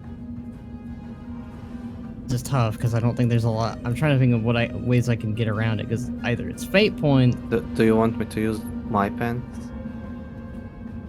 Maybe both of you will. What? I was just going to mention that you can use the pants once per round of combat. So if you use them now, Bladebeard, you will only be able to use them at the start of like the next round, aka after Zemo goes. Make sense? Sure. Same with Moad.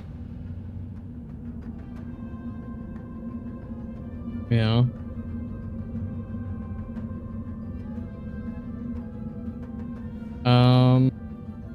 But I mean, there's no point in using the pants because that's the most standard roll possible. Right. I'll use a fate point. I'll reroll. I'll use Rage of a Warlord because he's using his weapon. Oh boy, Gamba. Alright, let's see it. Okay. Please be nice to me. Better. Oh, nice. It was nice to me at least. So that's 5 damage coming your way. I don't want to use the cake. I don't want to use it at all.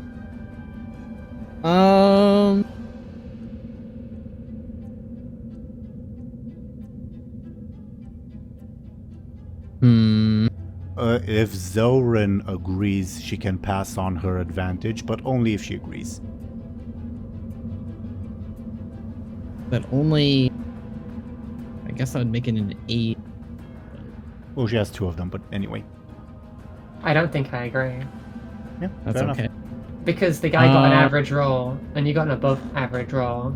So by trial of attrition, we will be losing readily. So I don't think it's Yeah. worth fighting these fights of attrition. Yeah.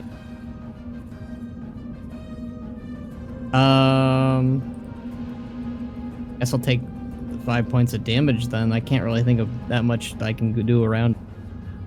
The only way, like game rules wise, you can take 5 damage, just FYI, is your level 3 stress and level 2 consequence, because you have to like split them. Mm-hmm. Okay. Do I still have the... Because I thought we rested earlier, or did that not go away? The You level got rid of your stresses, but not your consequences. The level 4 consequence will go away after this session, provided you have a chance to rest. The level 6 will stick around for a bit. I am going to die this this session. I guess, yeah. Either pull up your pants or pull them down. So you're taking 5 damage, or undoing like Zelryn suggested? I think it's too soon to use the pants. Okay. So 5 points. Plus- Go ahead. Plus, I think that 6 is the best I'm gonna get, probably.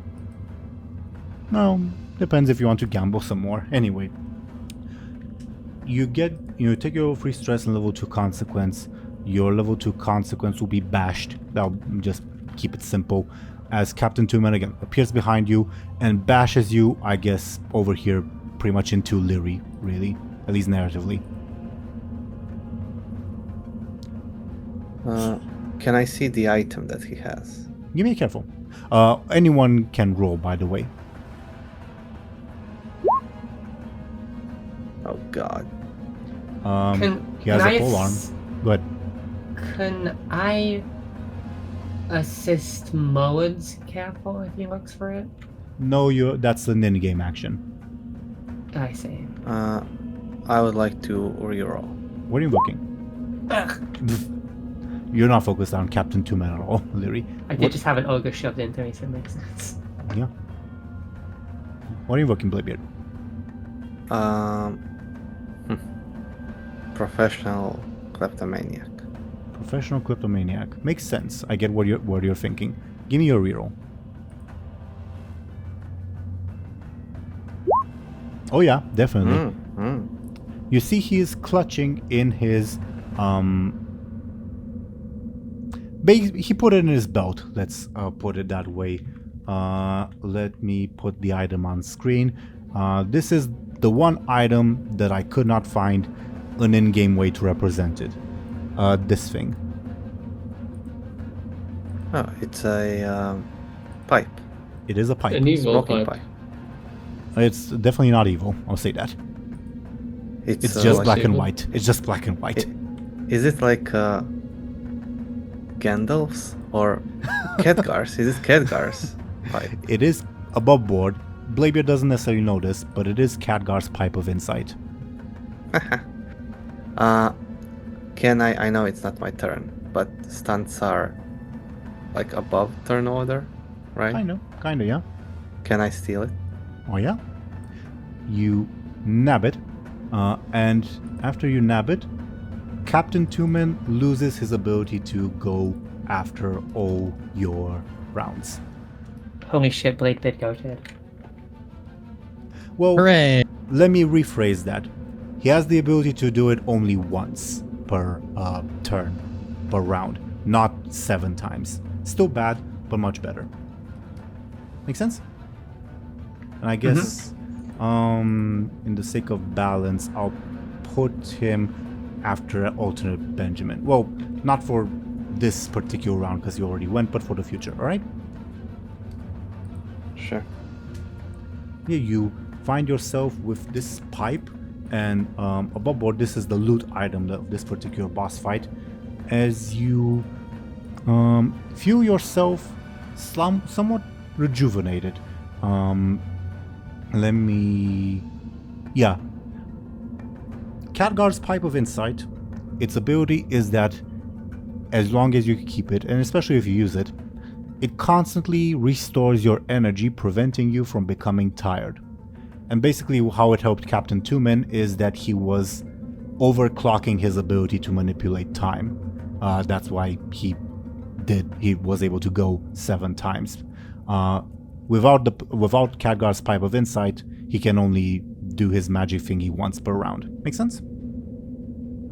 I mean, if it regenerates energy, it's pretty useful for a rogue like me. But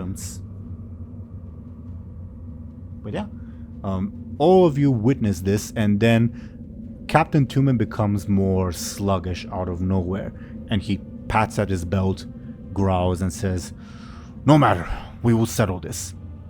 Now, Maud, I have some bad news for you. Are you here? Uh-oh. You spot I am here, yes. You spot a little fireball flying in your direction, about to hit you. How do you defend yourself? I guess Moad would try to hit at the fireball with his weapon. Give me your force, please.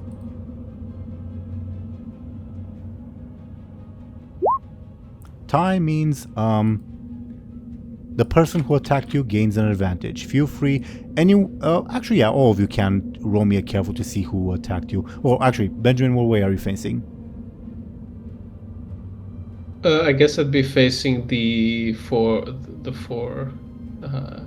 evil us's. Yeah, it was alternate Bladebeard who threw the fireball. One of his 3 little spheres, and it says, "A gift from this rich elf that owes me a favor."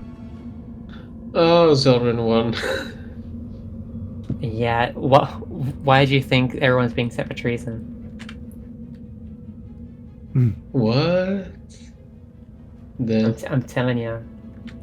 Um, As soon as I saw that guy's orb, I was like, oh god. Fiery attack, I'll call alternate Bladebeard's advantage. Also, you did not need to. You could guess that Zelryn won by looking at the guessing games. Funnily enough. Didn't pay attention to that. But yeah, alternate Bladebeard, who somehow has extracted the aid of Kel'Thas Sunstrider, has learned his Verdant Sphere's ability and his Phoenix's Heart ability, I think is the in-game name. Okay, at any point in the combat order, he can chuck those 3 little things. There's an additional effect that I will not say out loud. I'll wait for it to happen. And also, the Verdant Spheres regenerate at a rate of 1 every 2 rounds.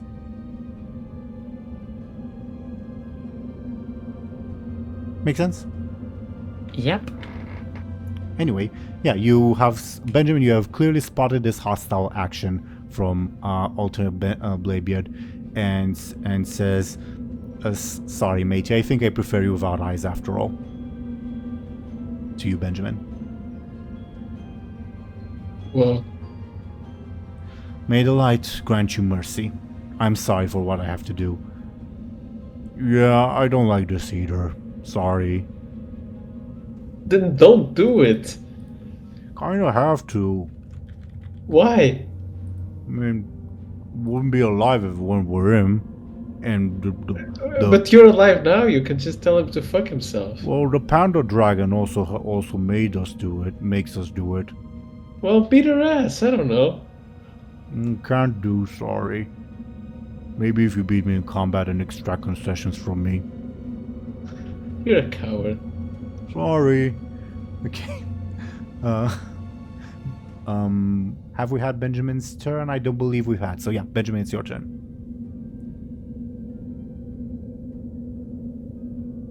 I'm feeling a little outnumbered, so Benjamin would take a step back and create an advantage. Sure. What is it related to? He'll kind of try to analyze the movements of the other party and try to figure out, okay, how do these guys move and all that, so we can strike at them better. Sure. Give me then your careful, please. I take it my stunt applies. No, we've established that. Oh, right. I keep forgetting that. No It's for worries. overcomes. Got too used to it. That's enough for one charge.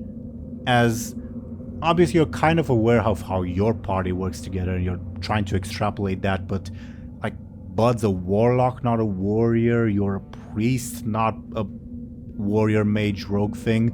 And Bladebeard is apparently some kind of fire mage now. Well, plus Bladebeard, being Bladebeard, of course. So yeah, you gain one advantage, but you're not super sure of what, like, the next course of attack and all that. What would you like to call it? Is the one from before still around? Or... Oh no, it's been deleted. Yep, Let's see. call it...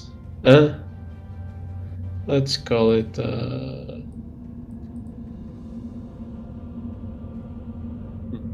I don't know what to call it, honestly. Sure. What are you doing? Scooping the alternate party out. Sure. Cool. Oh, That was not a suggestion, that was an explanation for Zelryn. I was gonna say maybe something like I've got my eyes on you because you have eyes and the other you doesn't have eyes. I don't know. Sure, that works.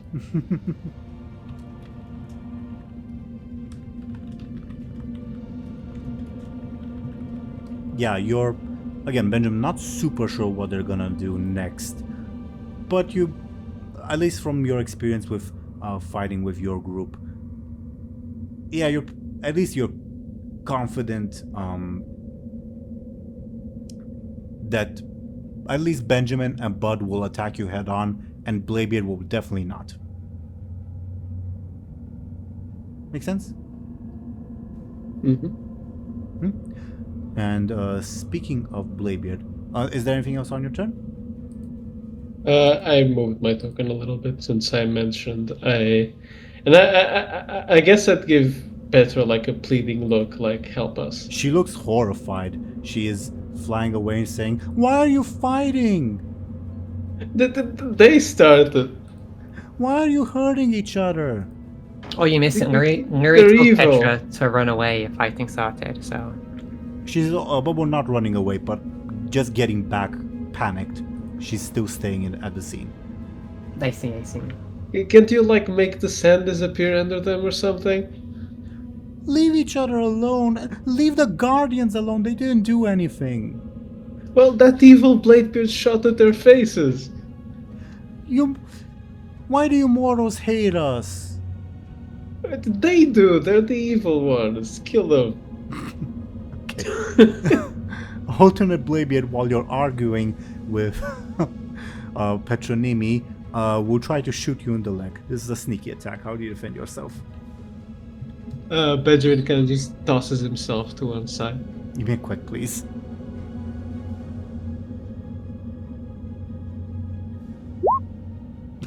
How do you take 5 points Oof, of that damage? is terrible. I'll use my advantage to reroll.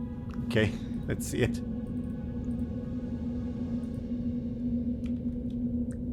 Oof. This is not good at all.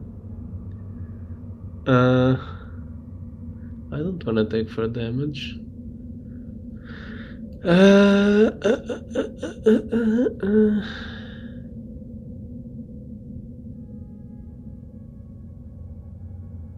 I'll use a fate point. I'll invoke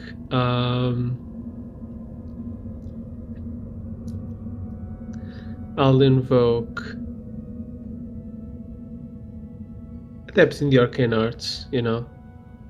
I know little spells like this to catch people off guard, you know. It's not a spell, he shot you. Oh, I thought she shot like a fireball. Okay. No. He shot me. Then I invoke Traveling Swordsman, you know. People have shot at me before, especially since I have problems with goblins, so, you know, they have guns and all that. Okay, yeah, makes sense. And I'll do it for a +2, and then take my level 2 stress. Okay, still nicks you in the leg at the very least. Feel free to drag yourself to whichever part you dashed towards. It says, "Sorry, Benjamin. Nothing personal. Just have business with Lyri."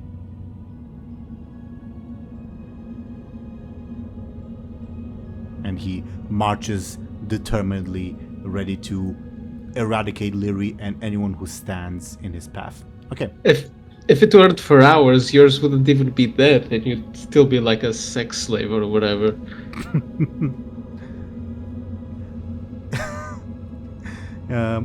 You say that, and in response, he'll throw another verdant sphere at you. How do you defend yourself?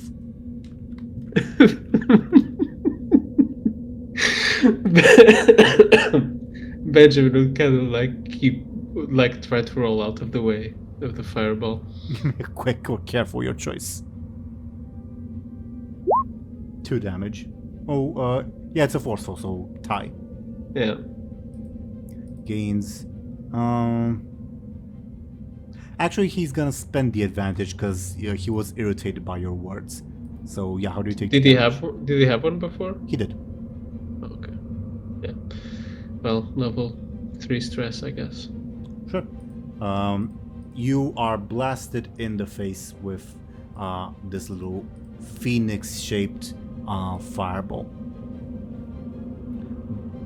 Alternate Bladebeard has gained 1 charge. I will reveal what that means if he gains 2. Is it some living bone bullshit? It's a thing that only fire mages will recognize, and I have played only fire mage while I played World of Warcraft, so I know it quite well. Oh, it's combustion, isn't it? No. Oh, it's a free pyroblast, isn't it? Oh, fuck. Hmm. And it crits. Anyway. Yeah.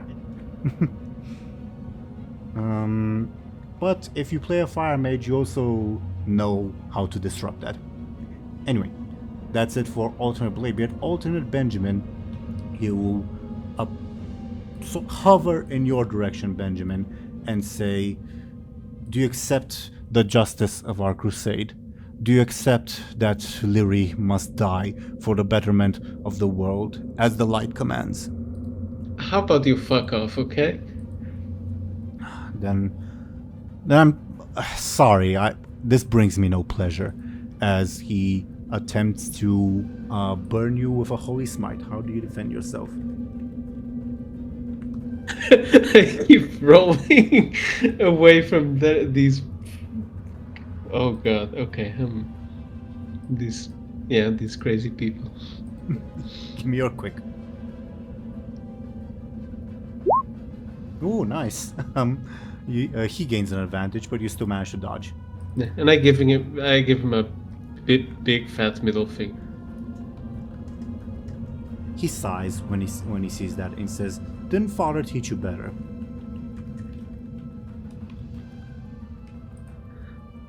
Yeah, well, rich coming from a kid killer. I do only what is right. Okay. Captain Two Men already went for the second time this round, so he'll just stagger forward, suddenly exhausted and say, "No matter. I will do my duty to the end. More than Bladebeard, your turns. You guys decide who goes first, etc." I forgot to delete Captain Two Men over here. Alright, I guess. Seeing that this captain guy pulled some mighty handy relics out of the sand bridge here, Moed's gonna go and try and see if he can find something in there too. Okay, give me a careful. Interesting. You're not able to find You- anything. You greedy bastard. I thought it would be smart. I thought it would be like the Kalthos Sunstrider fight, you know? You pick up legendaries off the ground and use them Oh, against that's him. true, that's true. You still have your turn. Okay.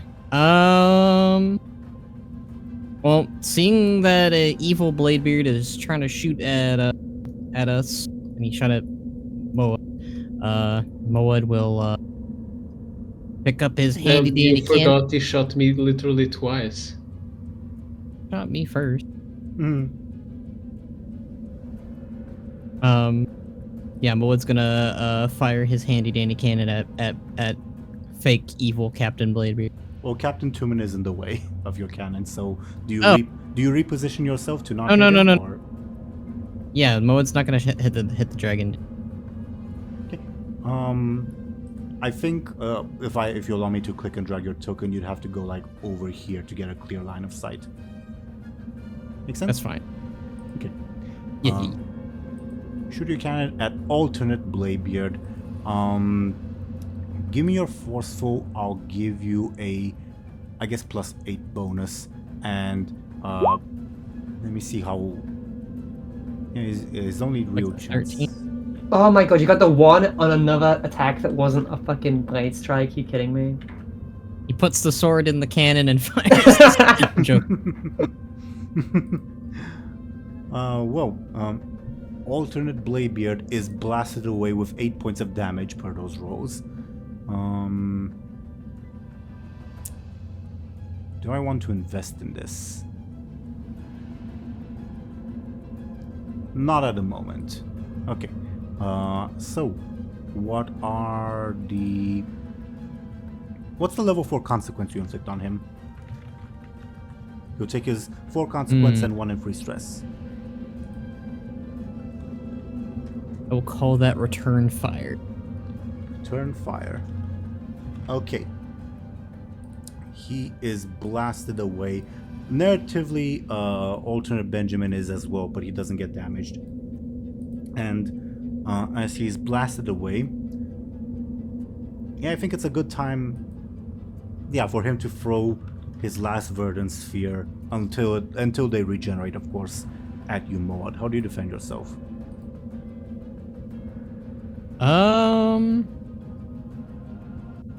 That's a good question.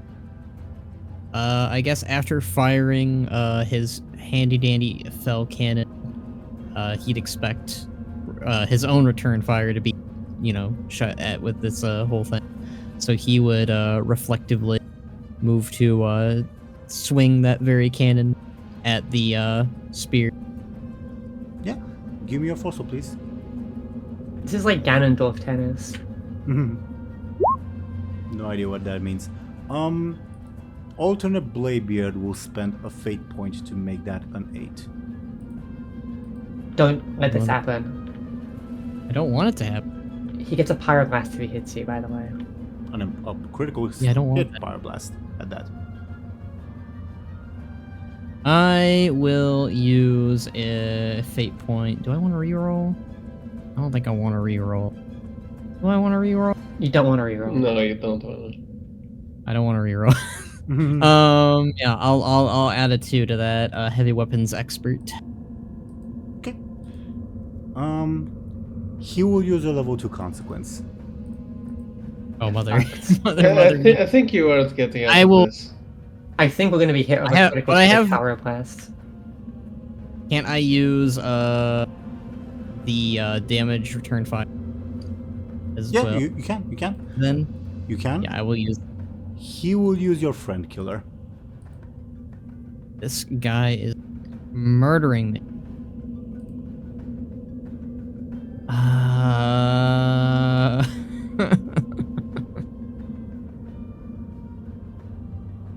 Does he have anything? Don't think so.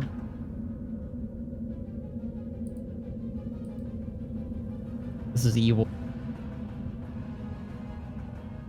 Because if I use another fate point, I'm out of fate point, which means I can be used to do anything, and I don't want to do that. You can also compel yourself. You could use the it wouldn't be worth it actually. You got a bad roll. I'm not using the cake. No, I meant the pants, but you got a bad roll anyway. if you're feeling extra feisty, you do have the orb. Me? I Or- know. Yeah. Oh.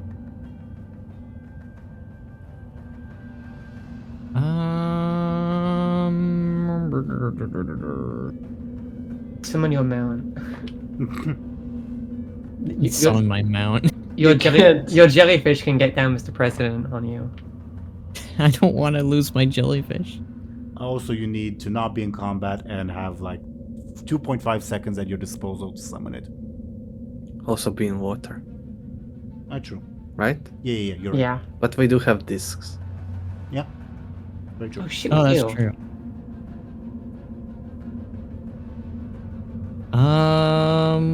Fuck. I think it's over. I think you just accept the attack and the pyroblast. I think you should just come up with a new character. Don't I die if I do that? No, right? What? You guys tied, right? He's currently 2 over with all the stuff. Okay, you take a level 2 stress, and if you get pyroblasted, maybe someone can get down Mr. President on you? I don't know. I guess Moad's just taking all the beats then. Jeez. Okay. The little verdant sphere hits you, burning you a little bit, and now alternate Bladebeard forms a big pyroblast in his arms and says, "Lyri, take this, you murderous traitor!" And he'll chuck the pyroblast at Captain Bladebeard. At me? Of course, he would do something like this. I think it's very in Oh, character. God. That's the attack, 14. Yes. Can I- Is that how he makes it a sneaky attack? It's technically it's not related to his stats because it's kind of for purposes of like Oh. stunts and the like. It's a forceful. Can I get down Mr. President on Bladebeard? You can if you want to. I think I'm in better shape than Bladebeard. I am. Yeah, I'll get down Mr. Wait, how does get down Mr. President work? I roll instead and take the damage instead? Exactly. Yeah, I'll get down Mr. President, Bladebeard. Lyri, I guess.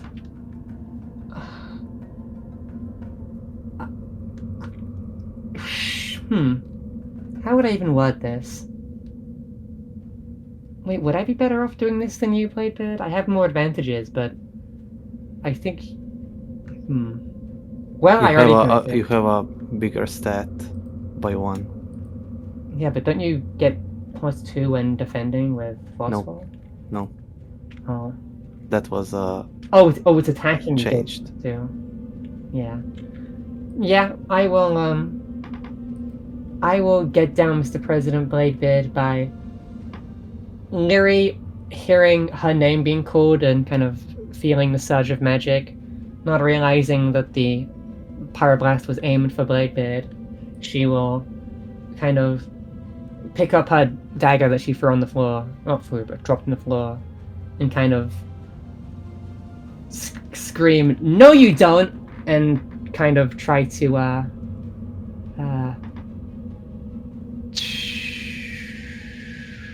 how the fuck do I do this in a way that is flashy?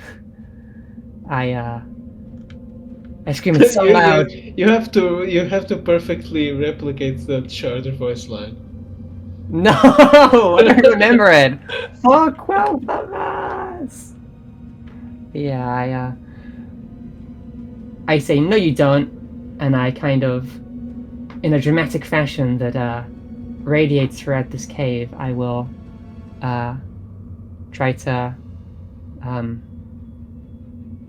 fucking. I guess maybe because I'm being so dramatic and it wasn't aimed for me, maybe it throws off his attack. I don't know. Sure, I'm down for a flashy defense. Also, it's not a cave; it's like an infinite space, so it's the opposite. Well, of yeah, a I cave. know, but I'm thinking Caverns of Time. It's clearly, fair. it's like a different. Okay, so flashy defense. Let's go. 8 points Okay, of damage. time to invest some points here. I will use a fate point and use I will use former cult following. I know that because of my actions, or my alternate actions in this cult, this Bladebeard hates me, and so I was prepared for this possibility. and have Okay. prepared a dramatic scream to let out upon the inevitable betrayal, Okay. which will increase my roll by 2. Okay. Yeah. 6 points of damage. Oh, fuck. I'll take my level.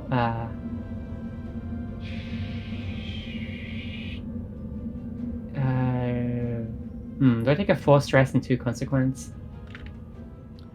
A what? Stress? A 2 stress and a 4 consequence. Oh, you said the opposite. But Oh, yeah, did I? I think I agree. Sure. You can if you want to. Your level 4 consequence will Sure. be pyroblasted because that's what happened. Okay, there you go. I guess this in narrative alternate Bladebeard sort of instinctively redirects his aim without meaning to towards you. And as the pyroblast blasts you full force and chars you and pushes you back, it says, I meant to do that. Lyri will kind of tumble backwards and drop her dagger again. Knocked right out of her hand. Fair. Yeah, sure. Bladebeard's turn. So, is it like obvious that he was trying to attack him?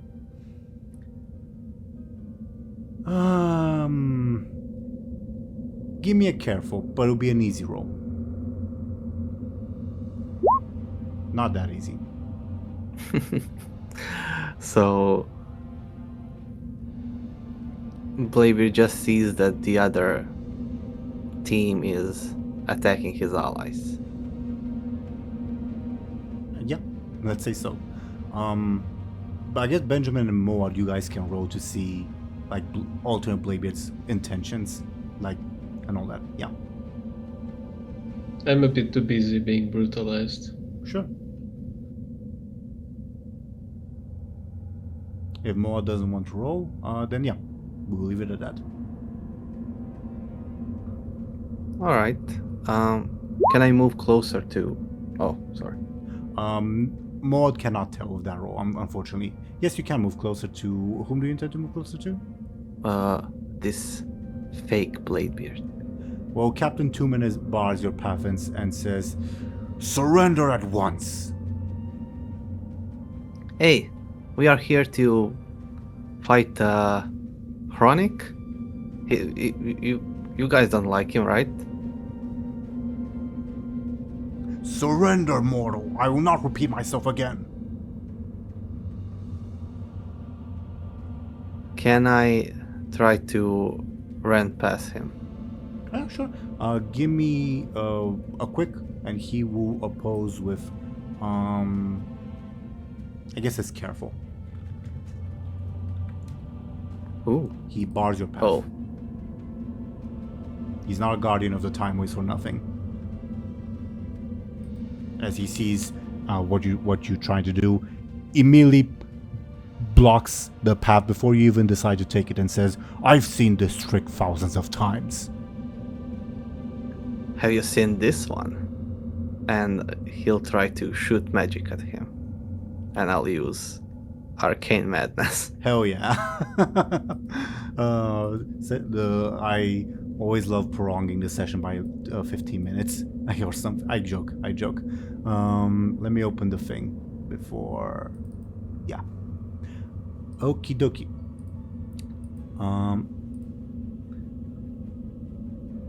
Yeah, I think Moad will also be affected. Let's... Ooh, that far. Alright. You're not that far. So let's go clockwise. And with all the needles on the clock, I guess the dragon spawn would be first. So it is 30. D30. 11. They shit themselves. The dragon spawn. The dragon They don't spawn. they don't wear pants, right? So it just goes on the floor. Yep. It's Into the disgusting. sand. That's horrible. And because the sand is always moving, it will move into Lyri, Bladebeard, Captain Tumen, alternate Bladebeard, etc. Interesting. Okay, Lyri next. Shit is coming, right? 22. Lyri. Wow. Oh no. It's thematic for you, as the void reaches out into your mind. Lyri. Good news, bad news. You can ask me, the DM, Teeironor, 3 questions. 1 answer will be the truth, and two of them will be lies. Okay. So think on your questions while I roll for everyone else, okay? Okay. Okay. Zemo is not affected, so Captain Two-Man. 2. Captain Two-Man is banished to a twisting nether Yay! for 2 rounds. Oh. Okay. I mean, I wanted him to get out of my way, so yeah. He pops out of existence. Let's see what happens to him on the first round. 14.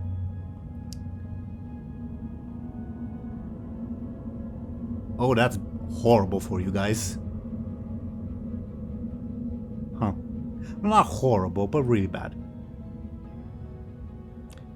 He basically gained an overpowered ability. Okay, then Chief Captain Moad. Wait, who got the overpowered ability? Captain Two-Man, who is now banished to the nether. Okay. Okay. Moad, this shouldn't affect you too much, I think. You are now silenced for D4 rounds. You cannot speak or cast spells that require vocal components, but I don't think you're a spellcaster anyway. I mean, I guess asking the elements is more of a mental thing anyways. Yeah, usually. You're silenced for 3 rounds. I'll put 3 little thingies on your thing to make sure that we know you're silenced for Are 2 both rounds. heads silenced? Yeah. Okay. I was curious if there was a way around it, like if only one head couldn't talk. Zelryn, I know it has not been a long time, but have you thought of your questions? No, but I'll keep thinking right now. Do you guys have anything that strikes your fancy I should consider? Okay, I guess not. So I ask 1 question, I get 3 answers. I will ask you that you... No. 3 questions. 2 answers will be lies, and 1 answer will be the truth. And I will ask you that you ask all 3 questions at once, so that it's not like obvious which one is the truth, which was the lie, etc. Make sense? I'll post them in Discord at the same time. Sure, This thank is you. 1 Discord message.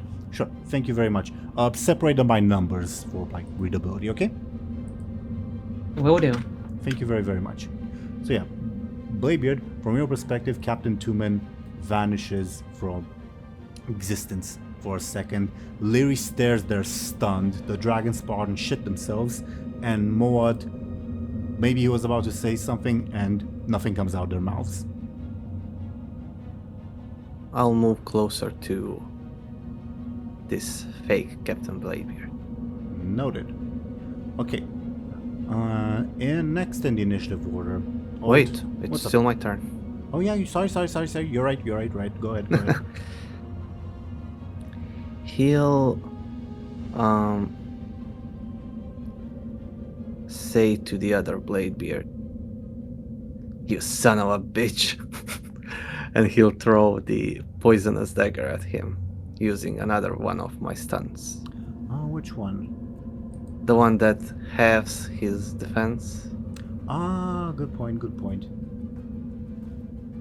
This is the first time I'm using it, and it's on myself. Yeah. It's a relatively new one, so yeah, I hadn't thought of it. Didn't spring to mind. Yeah, you nick him with the poisonous dagger, and he says, "Oh, what the hell? What did Trun sell you?" So you know Trun, eh? Of course I know Trun. I'm Captain Bladebeard. You filthy copyright stealer. No, There's only one Captain Bladebeard. And it's and me. it's me. You say at the same time, I imagine, for dramatic effect. Well, we'll see about that. And I'll try to cut him in half with my sword. Alright, you have not had your turn yet. Your like in-game action yet. My bad. Yeah, I use 2 stunts. Yeah, okay. Good point. And he will weakly try to dodge. Give me your force, please. Oof, 9. fuck. Kill him. Kill him. Kill him.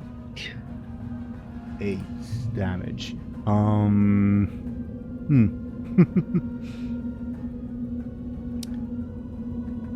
He'll use a fate point to make it 6. No, actually, he'll use a fate point to reroll, because that's a pretty bad roll. Let's see if it's better now. Wow. Is there anything else he can invoke?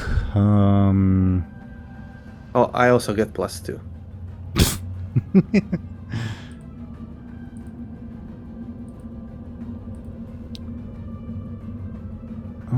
Can he justify that? Yes, he can. Okay, so he'll invoke one more thing to not die. So that is 8 points of damage coming his way. Alright. Okay, he will take his level 2 stress and level 2 2 stress, 6 consequence. What's the level 6 consequence you inflict on him? Again, it's a crippling injury. Ooh. He doesn't like that this guy is Bladebeard, so he's going to take away his most distinguishing feature. He's going to shave off his beard. Oh yeah. He's going to be called shaved. I was gonna say Be shaved Blade. beard. What? What Just were gonna you be saying? Blade. Yeah, he'll be just Blade. So what's the consequence? Well, let's call it shaved. Shaved. Alrighty. As Yeah, the most awful level 6 consequence ever. well, for Captain Bladebeard, yeah, definitely. As all his daggers, weapons, doodads fall off and into the abyssal void, and he glares at you with a look that you don't think you've ever seen, like even like looking in a mirror on like your worst possible day. Yeah, I never saw myself without a beard. Yeah. Well, I mean on expression wise, but you know. Yeah. Okay.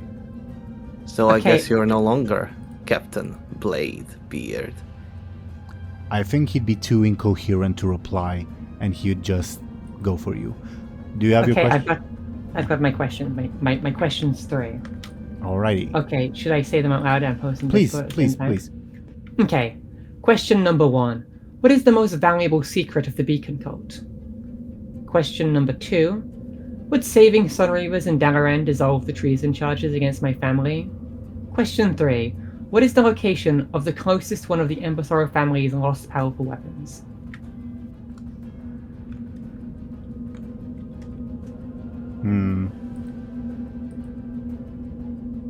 Why didn't you ask who's the fairest in the land? Because we all know that's Benjamin Aaran, as per his aspect. Sure. Okay.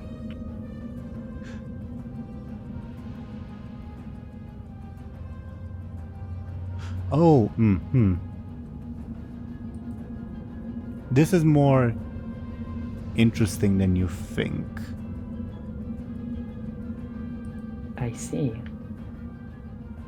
Let me think on the answers a little bit, okay? Yeah, you don't have to answer right now. I will by the end of the episode at the very least. Okay. I made sure to put the word lost there because I knew you'd be like, Benjamin's ex. That's no. Well, it also is still lost from most Embersorrow's perspective, I guess. It's true. But he is an Embersorrow technically, so. Sure, I guess. Yeah, sure. Fair enough. Okay. We'll continue the initiative order. Well, I think. Alternate bud. Seeing Bladebeard go down, you say, "No! Leave my friend alone!" as he charges in and afflicts you with a demonic plague, Captain Bladebeard, or at least tries to. How do you defend yourself? Can I block that with my sword? He'll do... You try what? Sorry? Can I block it with my sword? You see him cast something, then point his hands towards you, but nothing visible comes out. Yeah, I thought so. Can I try to resist the spell effect? Sure, yeah, sounds like a forceful attempt. Oh, that worked. Yeah, how do you defend yourself? How do you take 5 damage? 5 damage. Oh. That's not good.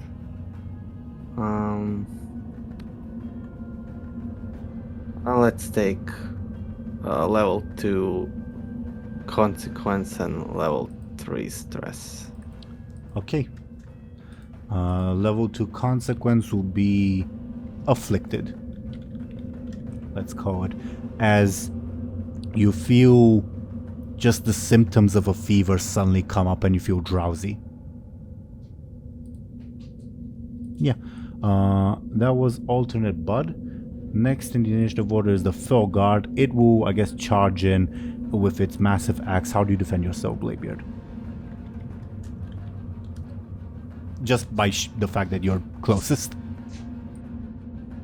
I will once again try to block his axe with my sword. Yeah, give me your forceful, please. Yeah, you defend yourself adequately. You gain a bonus, don't you? So that means you gain an advantage? I don't get a bonus. You might be right. No, I used to get bonus when defending against magical attacks, but I no longer have that. You're completely right. My bad. Sorry, my cat is very, very distracting next to me. Okay. The dragon spawn, having just crapped themselves, I guess they will spend their turn, and since Captain Tumen is gone,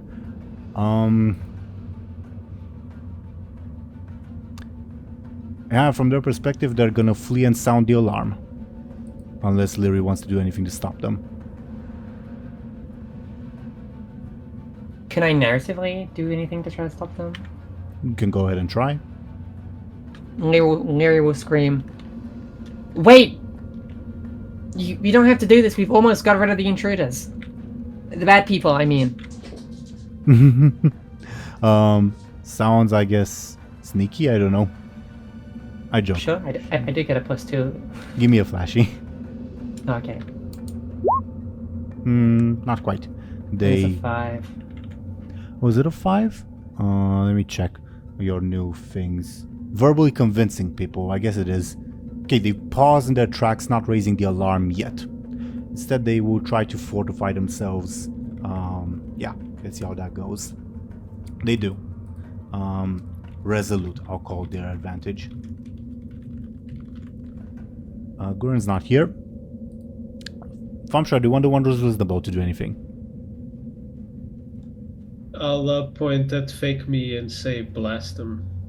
Let's see it. No, that is, I believe, the eye laser. Holy Hell shit. Let me find the damn thing. Okay, it's a +8 attack against fake Benjamin.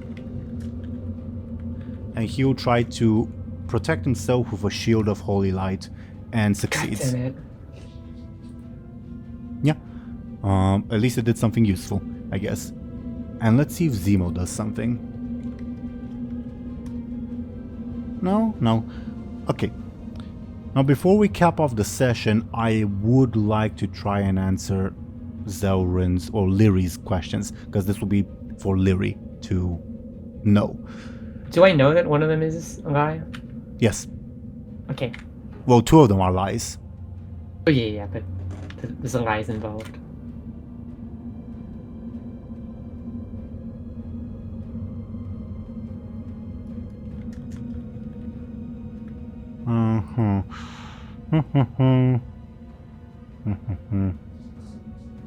I still need to think. So while I do that, let's go into our thoughts for the episode, and you guys please babble on for a little bit, because I do need to think a little bit more.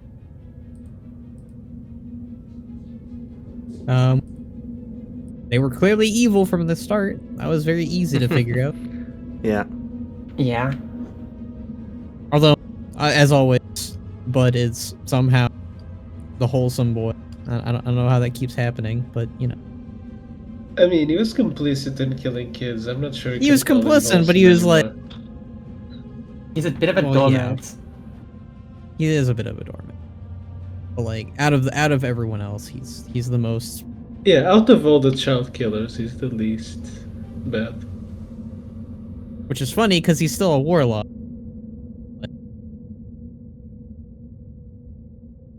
You think you'd be a little bit more evil, I guess. Sorry, I was muted, dear viewers. Okay, Zelryn, I have the answers. I will answer them in order. Okay. So, Okay. what is the most valuable secret of the Beacon cult? My answer: they seek to use the blood of Azeroth to open the way. To second question: would saving the Sun Rivers in Aaran dissolve the treason charges? The answer is no. Third question: what is the location of the closest one of the Embersorrow family's lost powerful weapons? The answer is to your left in an alternate time way. I see. And I'll paste them in chat. Yeah, feel free to make of that what you will. Now, as for this session,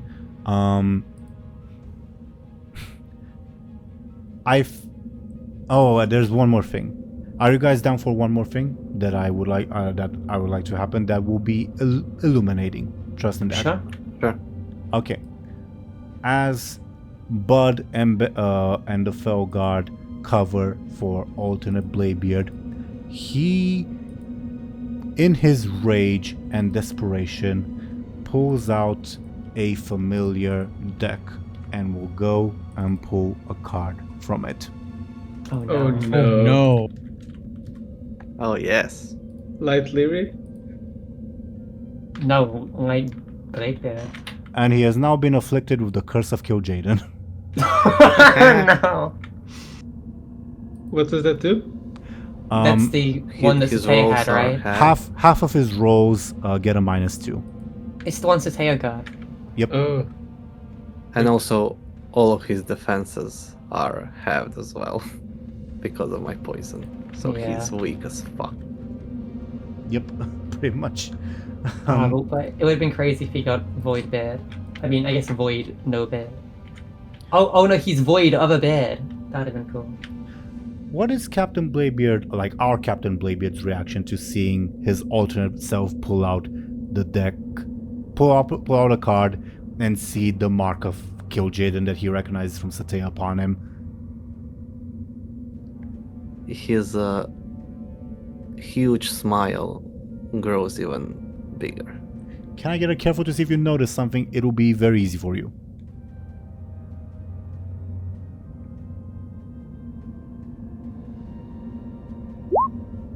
Do. The deck is already missing with this one 3 cards. Was they all pulled cards? No, this not necessarily, no. So Oh. as we go into this into our post-episode discussion,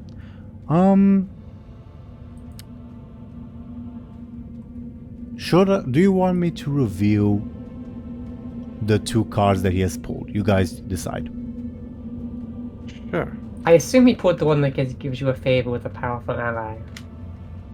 Yeah, you guessed right. And thank you for helping me decide who that powerful person would be. Yep. And don't assume it's a coincidence that Lyri's folk are now accused of treason.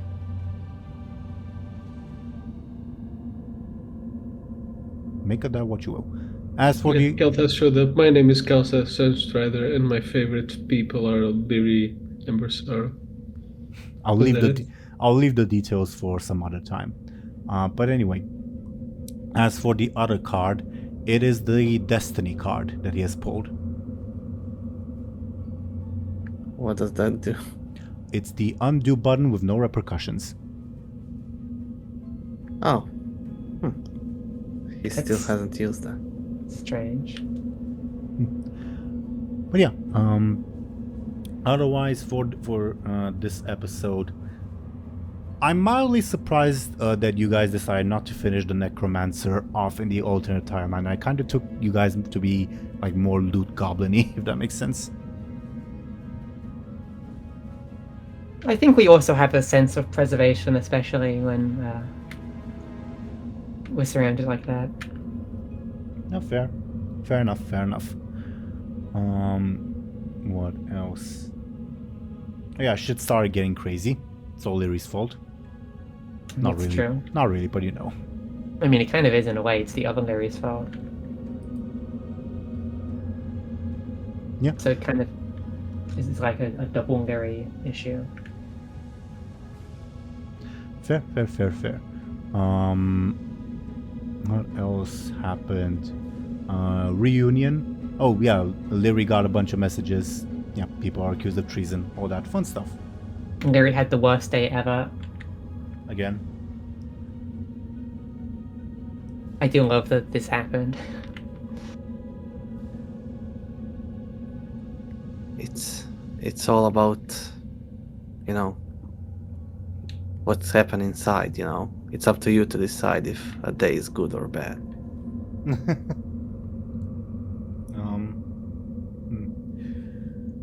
For some context for the viewers, the players, like before every session, I give them I offer a little question, and the prize is 2 advantages. We've gone through this before.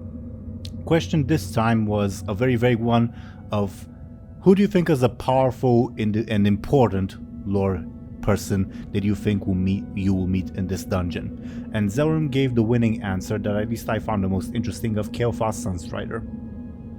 Hence why this stuff is happening. Okay. Next,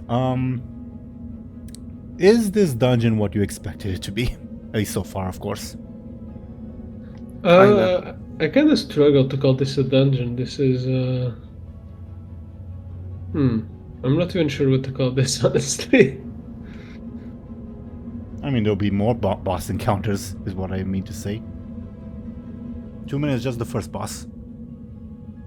I mean, it kind of is a bit. I did like everything that happened. I liked meeting the alternate selves. Which I ones? think they're fun. All of them. I think they're really fun. That includes the young ones and also the weird future ones. Oh yeah, if you ever need a, because there is the ogre child model now. If you ever need little baby butt, that I can get that for you easily. I think I also have that model, but thank you for offering. But he has only one eye. Noted. I will say the ages I picked were very intentional. Like you saw that only Lyri was an actual child. Benjamin was a teenager. Bladebeard was his privateer self, and Moad was his, I guess, just before season 1 self, if that makes sense. So still pirate, but it seemed like. Yeah, definitely. But thank you for offering still. What else? Well, again, bunch of things that I am interested in pointing out. But yeah, fact that the elemental lords are lieutenants are weakening. Any thoughts on that? Being attacked, I guess. It's scary, and I think Lyri is right about the fact that these dragons are trying to get us in a in a position where we will like negotiate with them because Kairos is so suspicious. I hate his smug ass.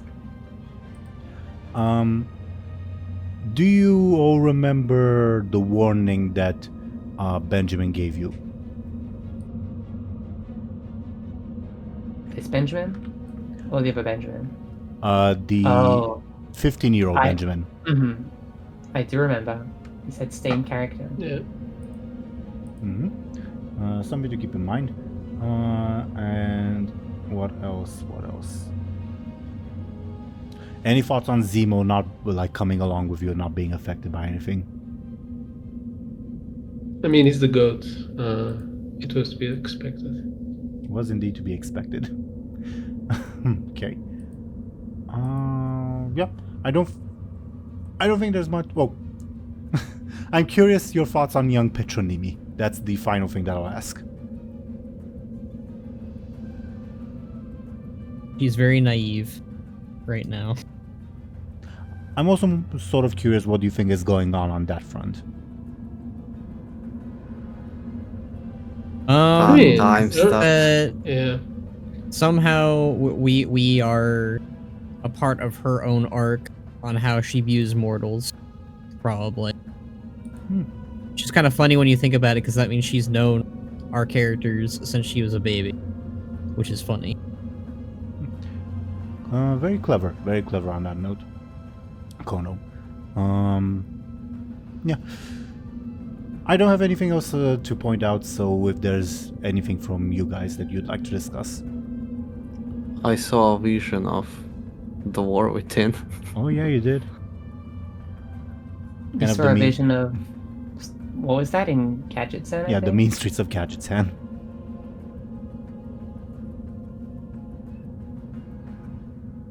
Why didn't Benjamin get the vision for the staff? He's too normie pilled. Well, I mean, there's an actual answer for that question, but I cannot give it to you yet. You can speculate, Fair but enough. yeah, I cannot give it to you. Anywho, yeah, you. Zelryn mentioned that she found the alternate selves fun, but I'm curious, what does everyone else think of their alternate selves? they're really goofy, but in a fun way. Kind of ridiculous. Bud is very on point, but also kind of sad that he's that much of a doormat. Understandable.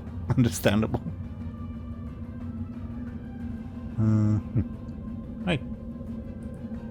Anything else from any of you before we go into our shoutouts? I'm excited to see more of the dungeon. I think it's fun so far. I've had a lot of fun designing it, and I will say, like, let me do some math.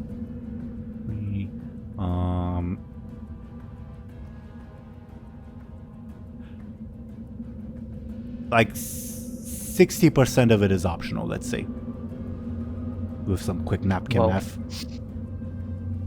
Actually, yeah, kinda, yeah. Yeah, I don't retract that. Anywho, dear viewers, what's up? Oh, I was just gonna say that were any of the dungeons destroyed by the Kraken? Well, the only other dungeons are the 3 pyramids. Okay, and they're safe because it sleeps on them. Yeah, and it would be very, very bad to destroy them. Okay. Like one of the pyramids is the prison of what's his name, the big evil void guy. And you think, oh yeah, the Kraken wants the big evil void guy freed, but freeing the big evil void guy would also cause a cascade failure and free everyone else. So not an option. Okay. Yeah. All right, dear viewers, thank you for joining us in this insanity. Let's have these people talk about themselves and their characters. The dice have determined that we ought to start first and foremost with Khono. Khono, could you please go ahead and talk about yourself and what you're doing? Are you with us, Khono?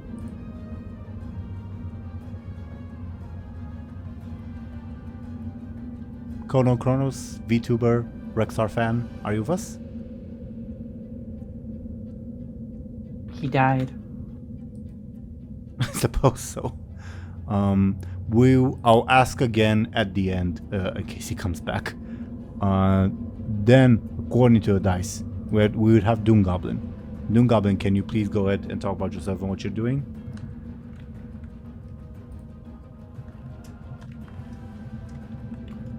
Earth to DoomGoblin. Let us know if you. Yeah. I'm just kidding. I'm here. Yeah. I draw stuff. Yeah. Khono is gone, I guess. Oh, Khono vanished from the chat. Yeah. But yeah, I'm still here. I still draw stuff. Yeah. Check me out. Indeed. Thank you very, very much, DoomGoblin. Then, according to the dice, we would have Thompshire. Thompshire, could you please go ahead and talk about yourself and what you're doing? And if you know, or if anyone else knows, Khono's PC died. If you guys know what Khono is up to. But first, Thompshire, talk about yourself, please. You can find me both on YouTube and B-Sky as Sir Thompshire, where I post a bunch of things. And recently, last week, or I guess around 2 weeks ago when this comes out, we posted Ironwrath episode 3. It's doing very well, so that probably means it's good. So you should probably watch it and see for yourself if that is the case or not. So yeah, I guess that's all I have to say this week. See ya! Yay! It is and it is. Yes. Anyone here know what Khono is up to? He's making a Christmas machinima. He's streaming a little bit every week. Halo 3 right now. Although he might be finished by the time this episode goes out. Halo 3. What else is he doing? He's probably working on some other lore, tier list, whatever videos, maybe. He promised that he would make, I think, 5 machinimas till the end of the year. Yeah, exactly. And release them. Yeah. For At sure, least, I think all of them are like more than 20 minutes long. Okay. He's also getting a new PC soon, so he won't be disconnecting from Discord, and he'll be playing new games that he can play because his PC won't be bad anymore. So I look forward to that. And he ships Rexar and Catherine Proudmore. Yeah, and he's really into Rexar X Daylan. No, I'm not. Hi, hello. We delayed your shoutouts and we're making up stuff. Partly genuinely, partly not. I heard the Catherine Proudmore and the Dalen Proudmore ship. That's lovely. Well, aren't they husband and wife anyway? Or Yeah, right, that's- Rexar. That's No. just called marriage. No, with Rexar for some reason. Right. Of course. When you can, Khono, could you please talk about yourself and what you're doing?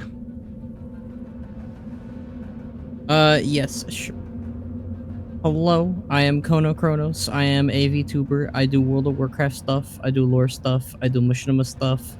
I'm currently doing or working on a Christmas machinima thing. It's like 6 minutes long. It's pretty short.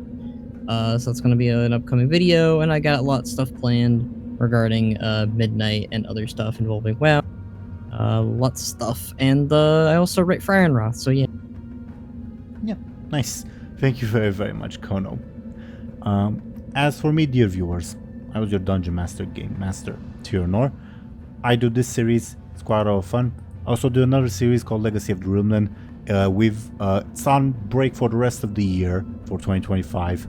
But we should be back in January, hopefully sooner rather than later. So check that out when it comes out. Other than that, thank you as usual, dear viewers, for watching and listening to us. We should be back next week, but I'll let you all know on Blue Sky if anything happens. And yeah, we'll see you when we'll see you. Goodbye, everyone. See ya. Bye-bye. Bye.